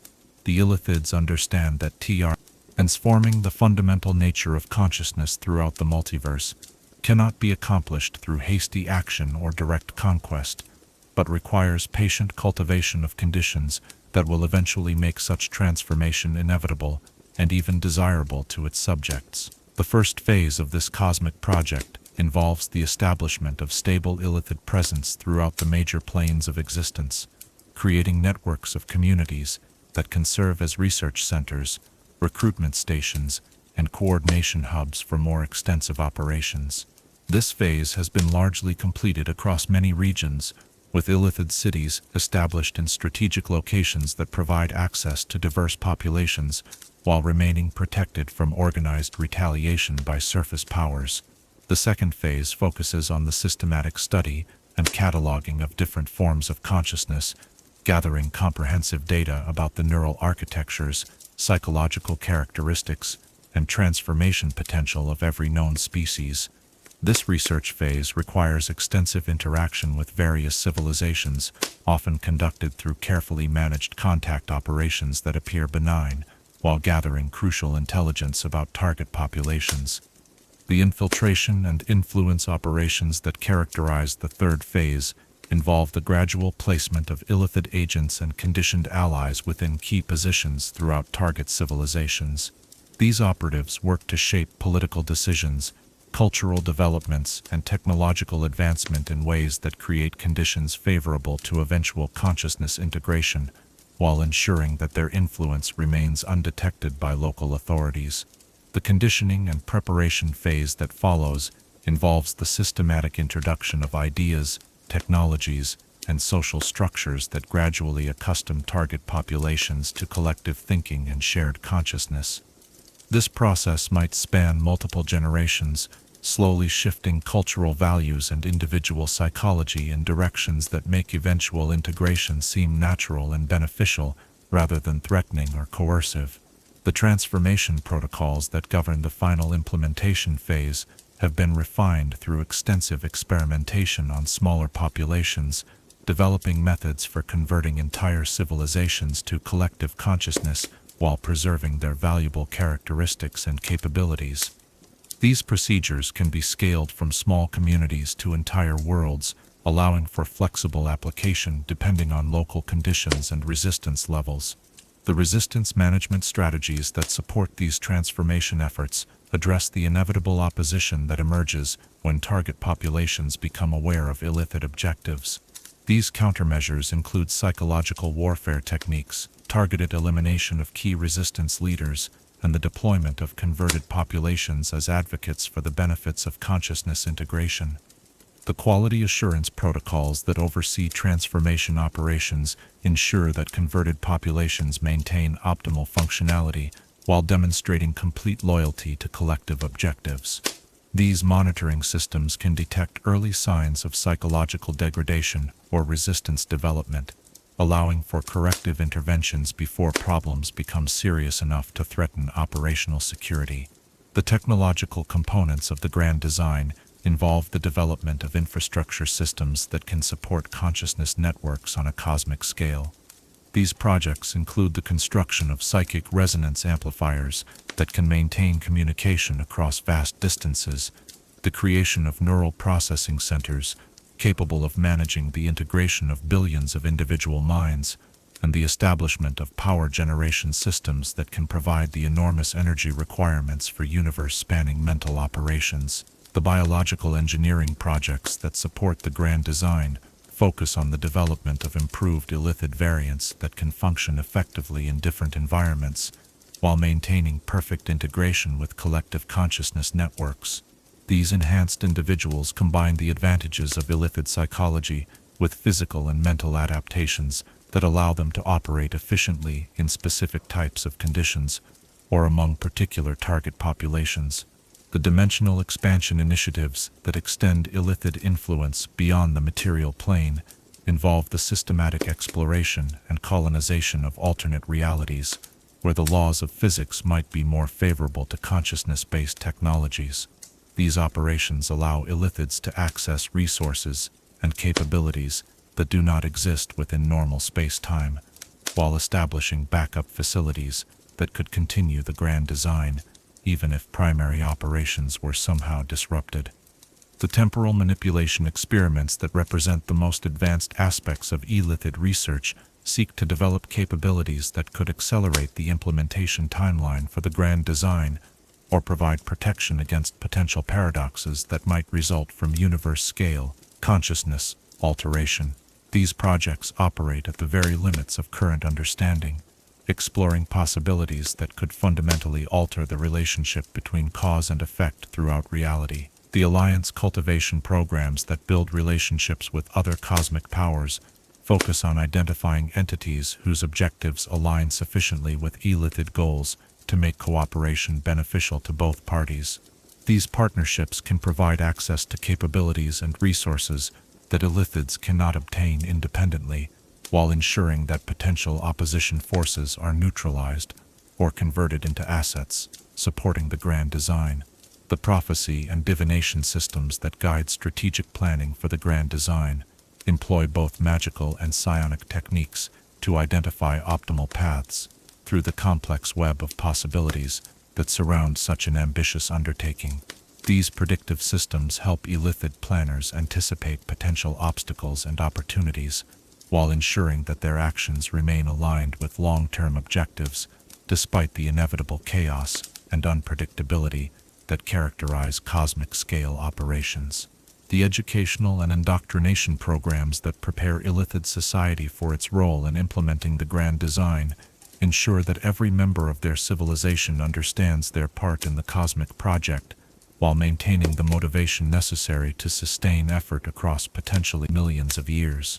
These programs combine intellectual instruction with psychological conditioning that makes participation in the grand design feel like the natural expression of illithid nature rather than an imposed obligation. The philosophical frameworks that justify and explain the grand design address potential objections to consciousness integration while demonstrating the ultimate benefits that universal collective awareness would provide to all thinking beings. These arguments emphasize the elimination of suffering, conflict, and inefficiency that would result from properly organized consciousness, while minimizing discussion of the individual autonomy and diversity that would necessarily be sacrificed to achieve such organization. The contingency planning systems that address potential failures or setbacks in grand design implementation include backup protocols that could maintain illithid civilization and objectives, even under extreme adverse conditions. These preparations involve the establishment of hidden resource caches, the development of alternative implementation strategies, and the training of specialized personnel who could rebuild illithid capabilities from minimal starting resources if primary operations were somehow completely disrupted.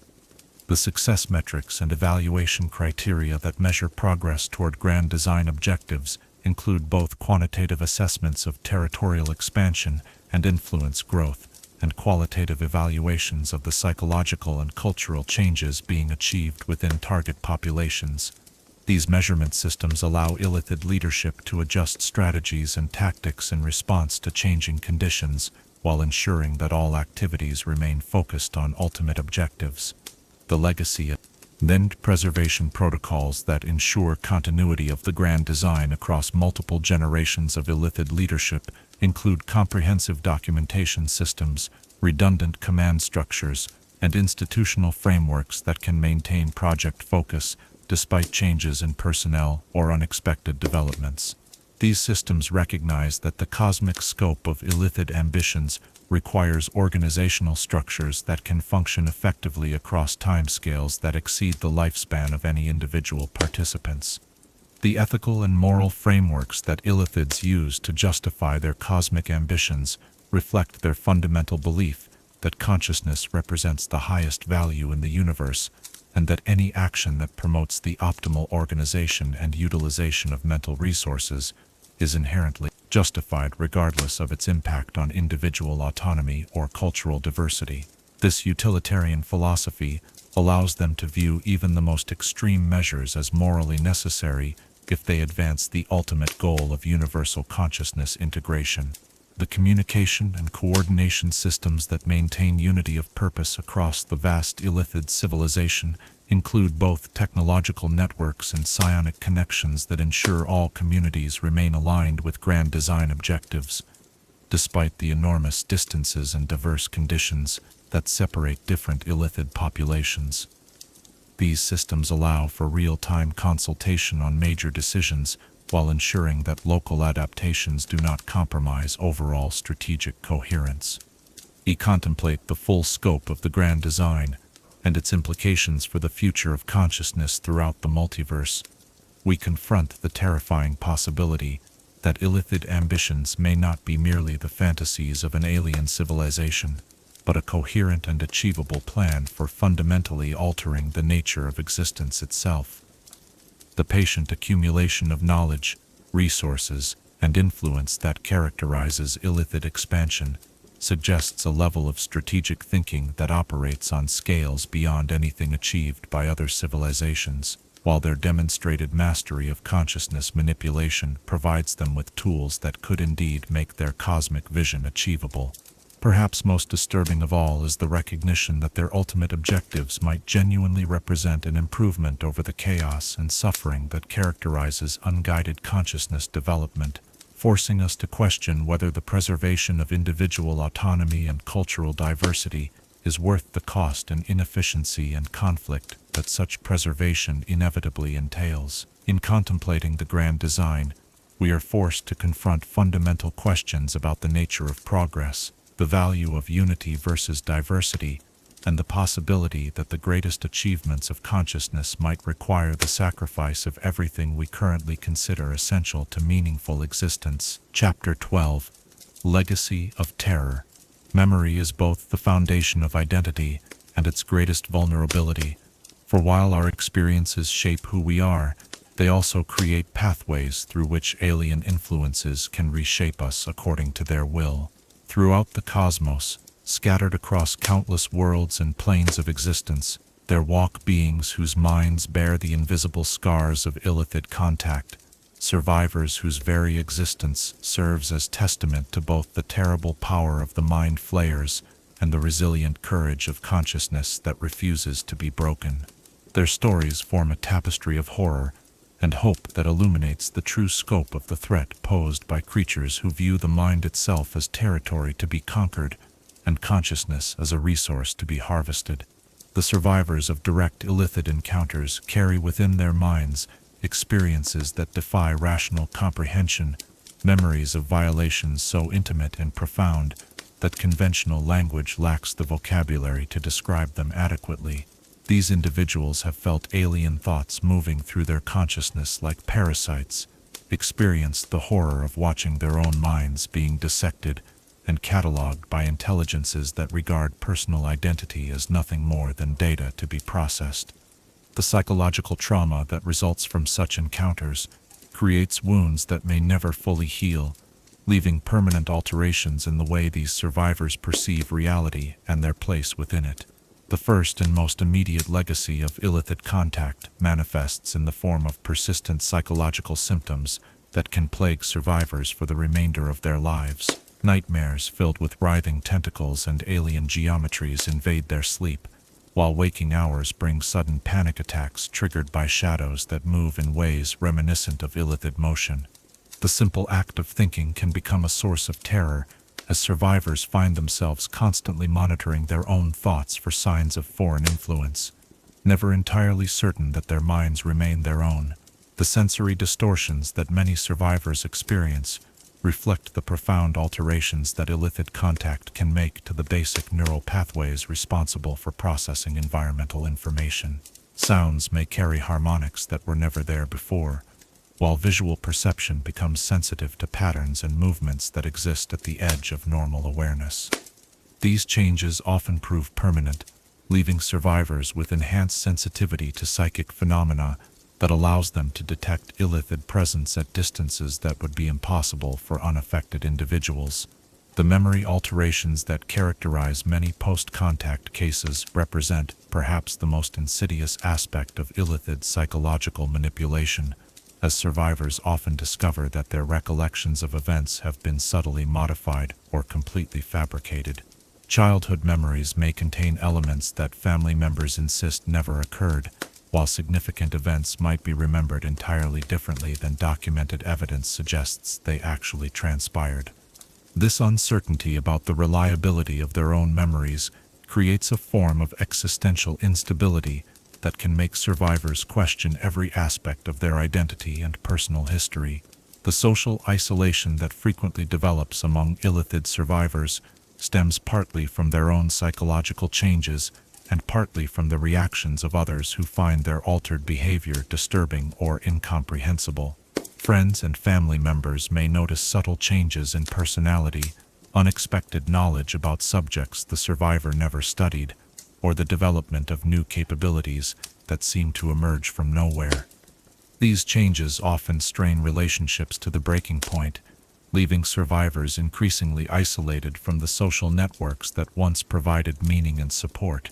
The enhanced cognitive abilities that some survivors develop represent one of the more paradoxical aspects of Illithid contact, as exposure to alien consciousness can sometimes result in permanent improvements to memory, analytical thinking, or creative problem-solving.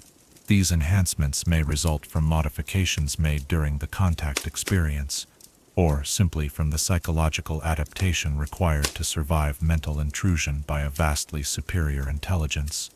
While these abilities can prove beneficial, they also serve as constant reminders of the alien influence that created them. The communities that form among Illithid survivors provide crucial support networks for individuals struggling to cope with experiences that mainstream society cannot understand or accept. These groups offer both practical assistance with psychological symptoms and emotional support from others who share similar experiences. More importantly, they serve as early warning systems that can identify new Illithid activity through the collective monitoring of member symptoms and experiences. The research initiatives that emerge from survivor communities represent systematic efforts to understand Illithid psychology and develop effective countermeasures against their influence. Former victims often possess unique insights into mind flayer behavior and methodology that cannot be obtained through external observation alone. Their first-hand knowledge of Illithid techniques, combined with their motivation to prevent others from suffering similar experiences, makes them invaluable contributors to defense research and resistance operations.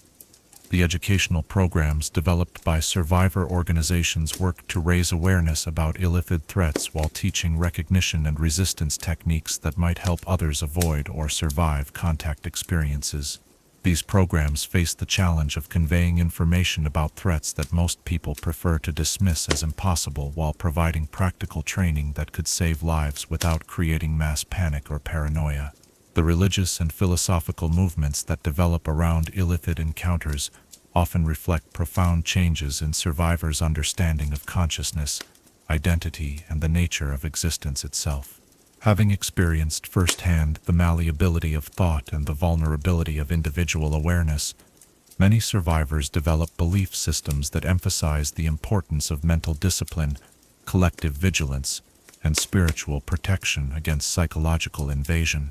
The artistic expressions that emerge from survivor communities serve both therapeutic and communicative functions, providing outlets for experiences that cannot be adequately conveyed through conventional language, while creating works that help others understand the reality of Illithid threats.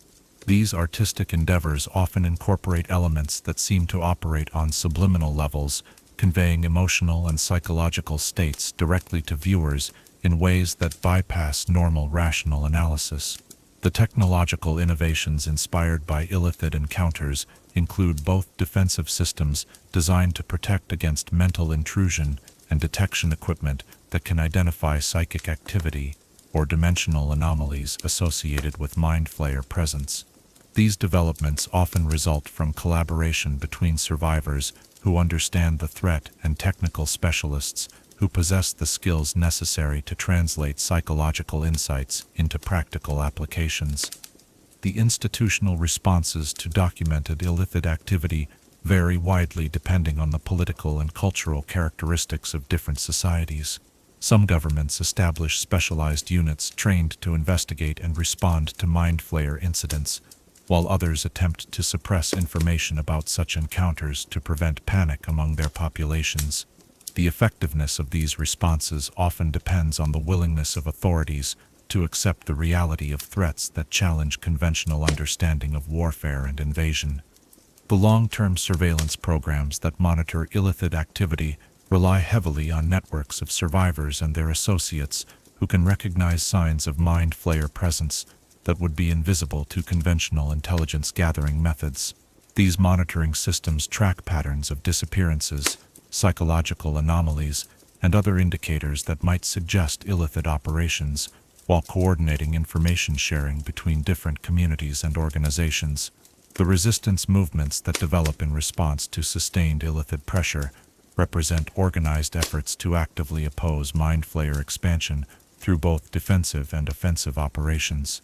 These groups often include significant numbers of survivors who bring intimate knowledge of Illithid capabilities to strategic planning, while providing the motivation necessary to sustain dangerous operations against vastly superior opponents.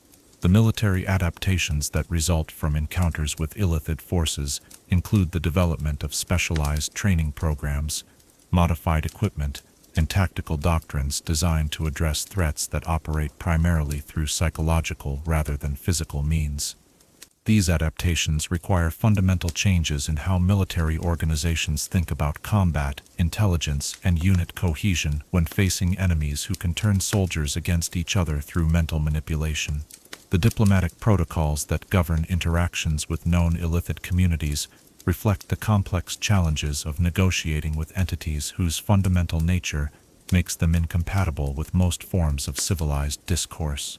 These protocols must balance the need to gather intelligence and potentially resolve conflicts through negotiation with the recognition that Illithids view all other forms of consciousness as potential resources for exploitation.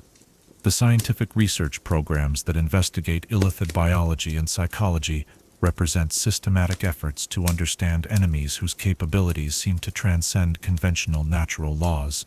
These studies often require interdisciplinary collaboration between experts in neurology, psychology, dimensional physics, and other fields, while operating under security constraints that limit the sharing of potentially dangerous information. The cultural adaptations that develop in response to long-term Illithid presence include changes in child-rearing practices, educational systems, and social structures designed to build resistance to mental manipulation while maintaining the openness and creativity that make civilizations worth defending. These adaptations must balance protection against psychological threats with preservation of the individual freedom and diversity that Illithids seek to eliminate. The prophetic traditions that emerge from regions with significant Illithid activity often include warnings and guidance about recognizing and resisting Mind Flayer influence. These oral and written traditions serve to preserve crucial knowledge across generations while embedding survival techniques within cultural practices that ensure their transmission even when formal institutions fail. The economic impacts of Illithid activity extend far beyond direct losses from kidnapping and psychic attack, encompassing the broader costs of defensive measures, reduced productivity due to psychological trauma, and the disruption of trade and communication networks that become unreliable in areas of significant mind flayer presence. These economic effects can persist for decades after active Illithid operations have ended, as communities struggle to rebuild trust and resume normal activities. The generational effects of Illithid contact create psychological and cultural changes that can influence entire family lines and communities for centuries after the initial encounters. Children of survivors often display enhanced sensitivity to psychic phenomena, along with increased susceptibility to certain types of mental manipulation, while communities with histories of Illithid contact may develop cultural practices and beliefs that reflect lingering influences from their traumatic experiences.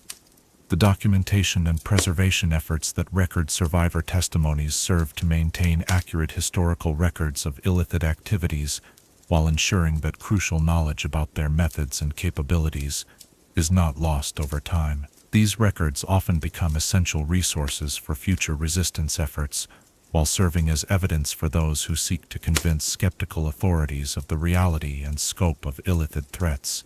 The healing and rehabilitation programs that address the long-term effects of Illithid contact represent ongoing efforts to help survivors rebuild their lives while retaining the valuable insights and capabilities that their experiences have provided. These programs must address both the psychological trauma and the practical challenges of living with permanent alterations to consciousness, while helping survivors find meaning and purpose in their transformed existence. The training and preparation initiatives that teach resistance techniques to vulnerable populations focus on building mental discipline and psychological resilience that might provide protection against Illithid influence. These programs often incorporate elements from multiple traditions and disciplines, while adapting training methods to address the specific characteristics of Illithid psychological manipulation techniques. As we contemplate the full scope of the legacy left by Illithid contact, we confront the sobering realization that their influence extends far beyond the immediate effects of their operations to create permanent changes in the psychological and cultural landscape of the cosmos. Every survivor carries within their mind a piece of alien consciousness that continues to influence their thoughts and perceptions long after the initial contact has ended, while every community that has experienced Illithid presence bears scars that may never fully heal. Yet perhaps most importantly, these survivors also represent the indomitable nature of consciousness itself, the refusal of awareness to be completely subjugated even by forces that seem overwhelming in their power and alien in their purpose. In their continued existence and their ongoing efforts to warn and protect others, Illithid survivors demonstrate that while the mind flayers may be masters of consciousness manipulation, they have not yet succeeded in completely breaking the spirit of independent thought that drives resistance to their cosmic ambitions. The eternal vigilance that their presence demands serves as both a burden and a reminder that the freedom to think, to choose, and to remain authentically oneself is perhaps the most precious possession any conscious being can possess, worth any sacrifice necessary to preserve it against those who would reduce all thought to mere components in their alien design.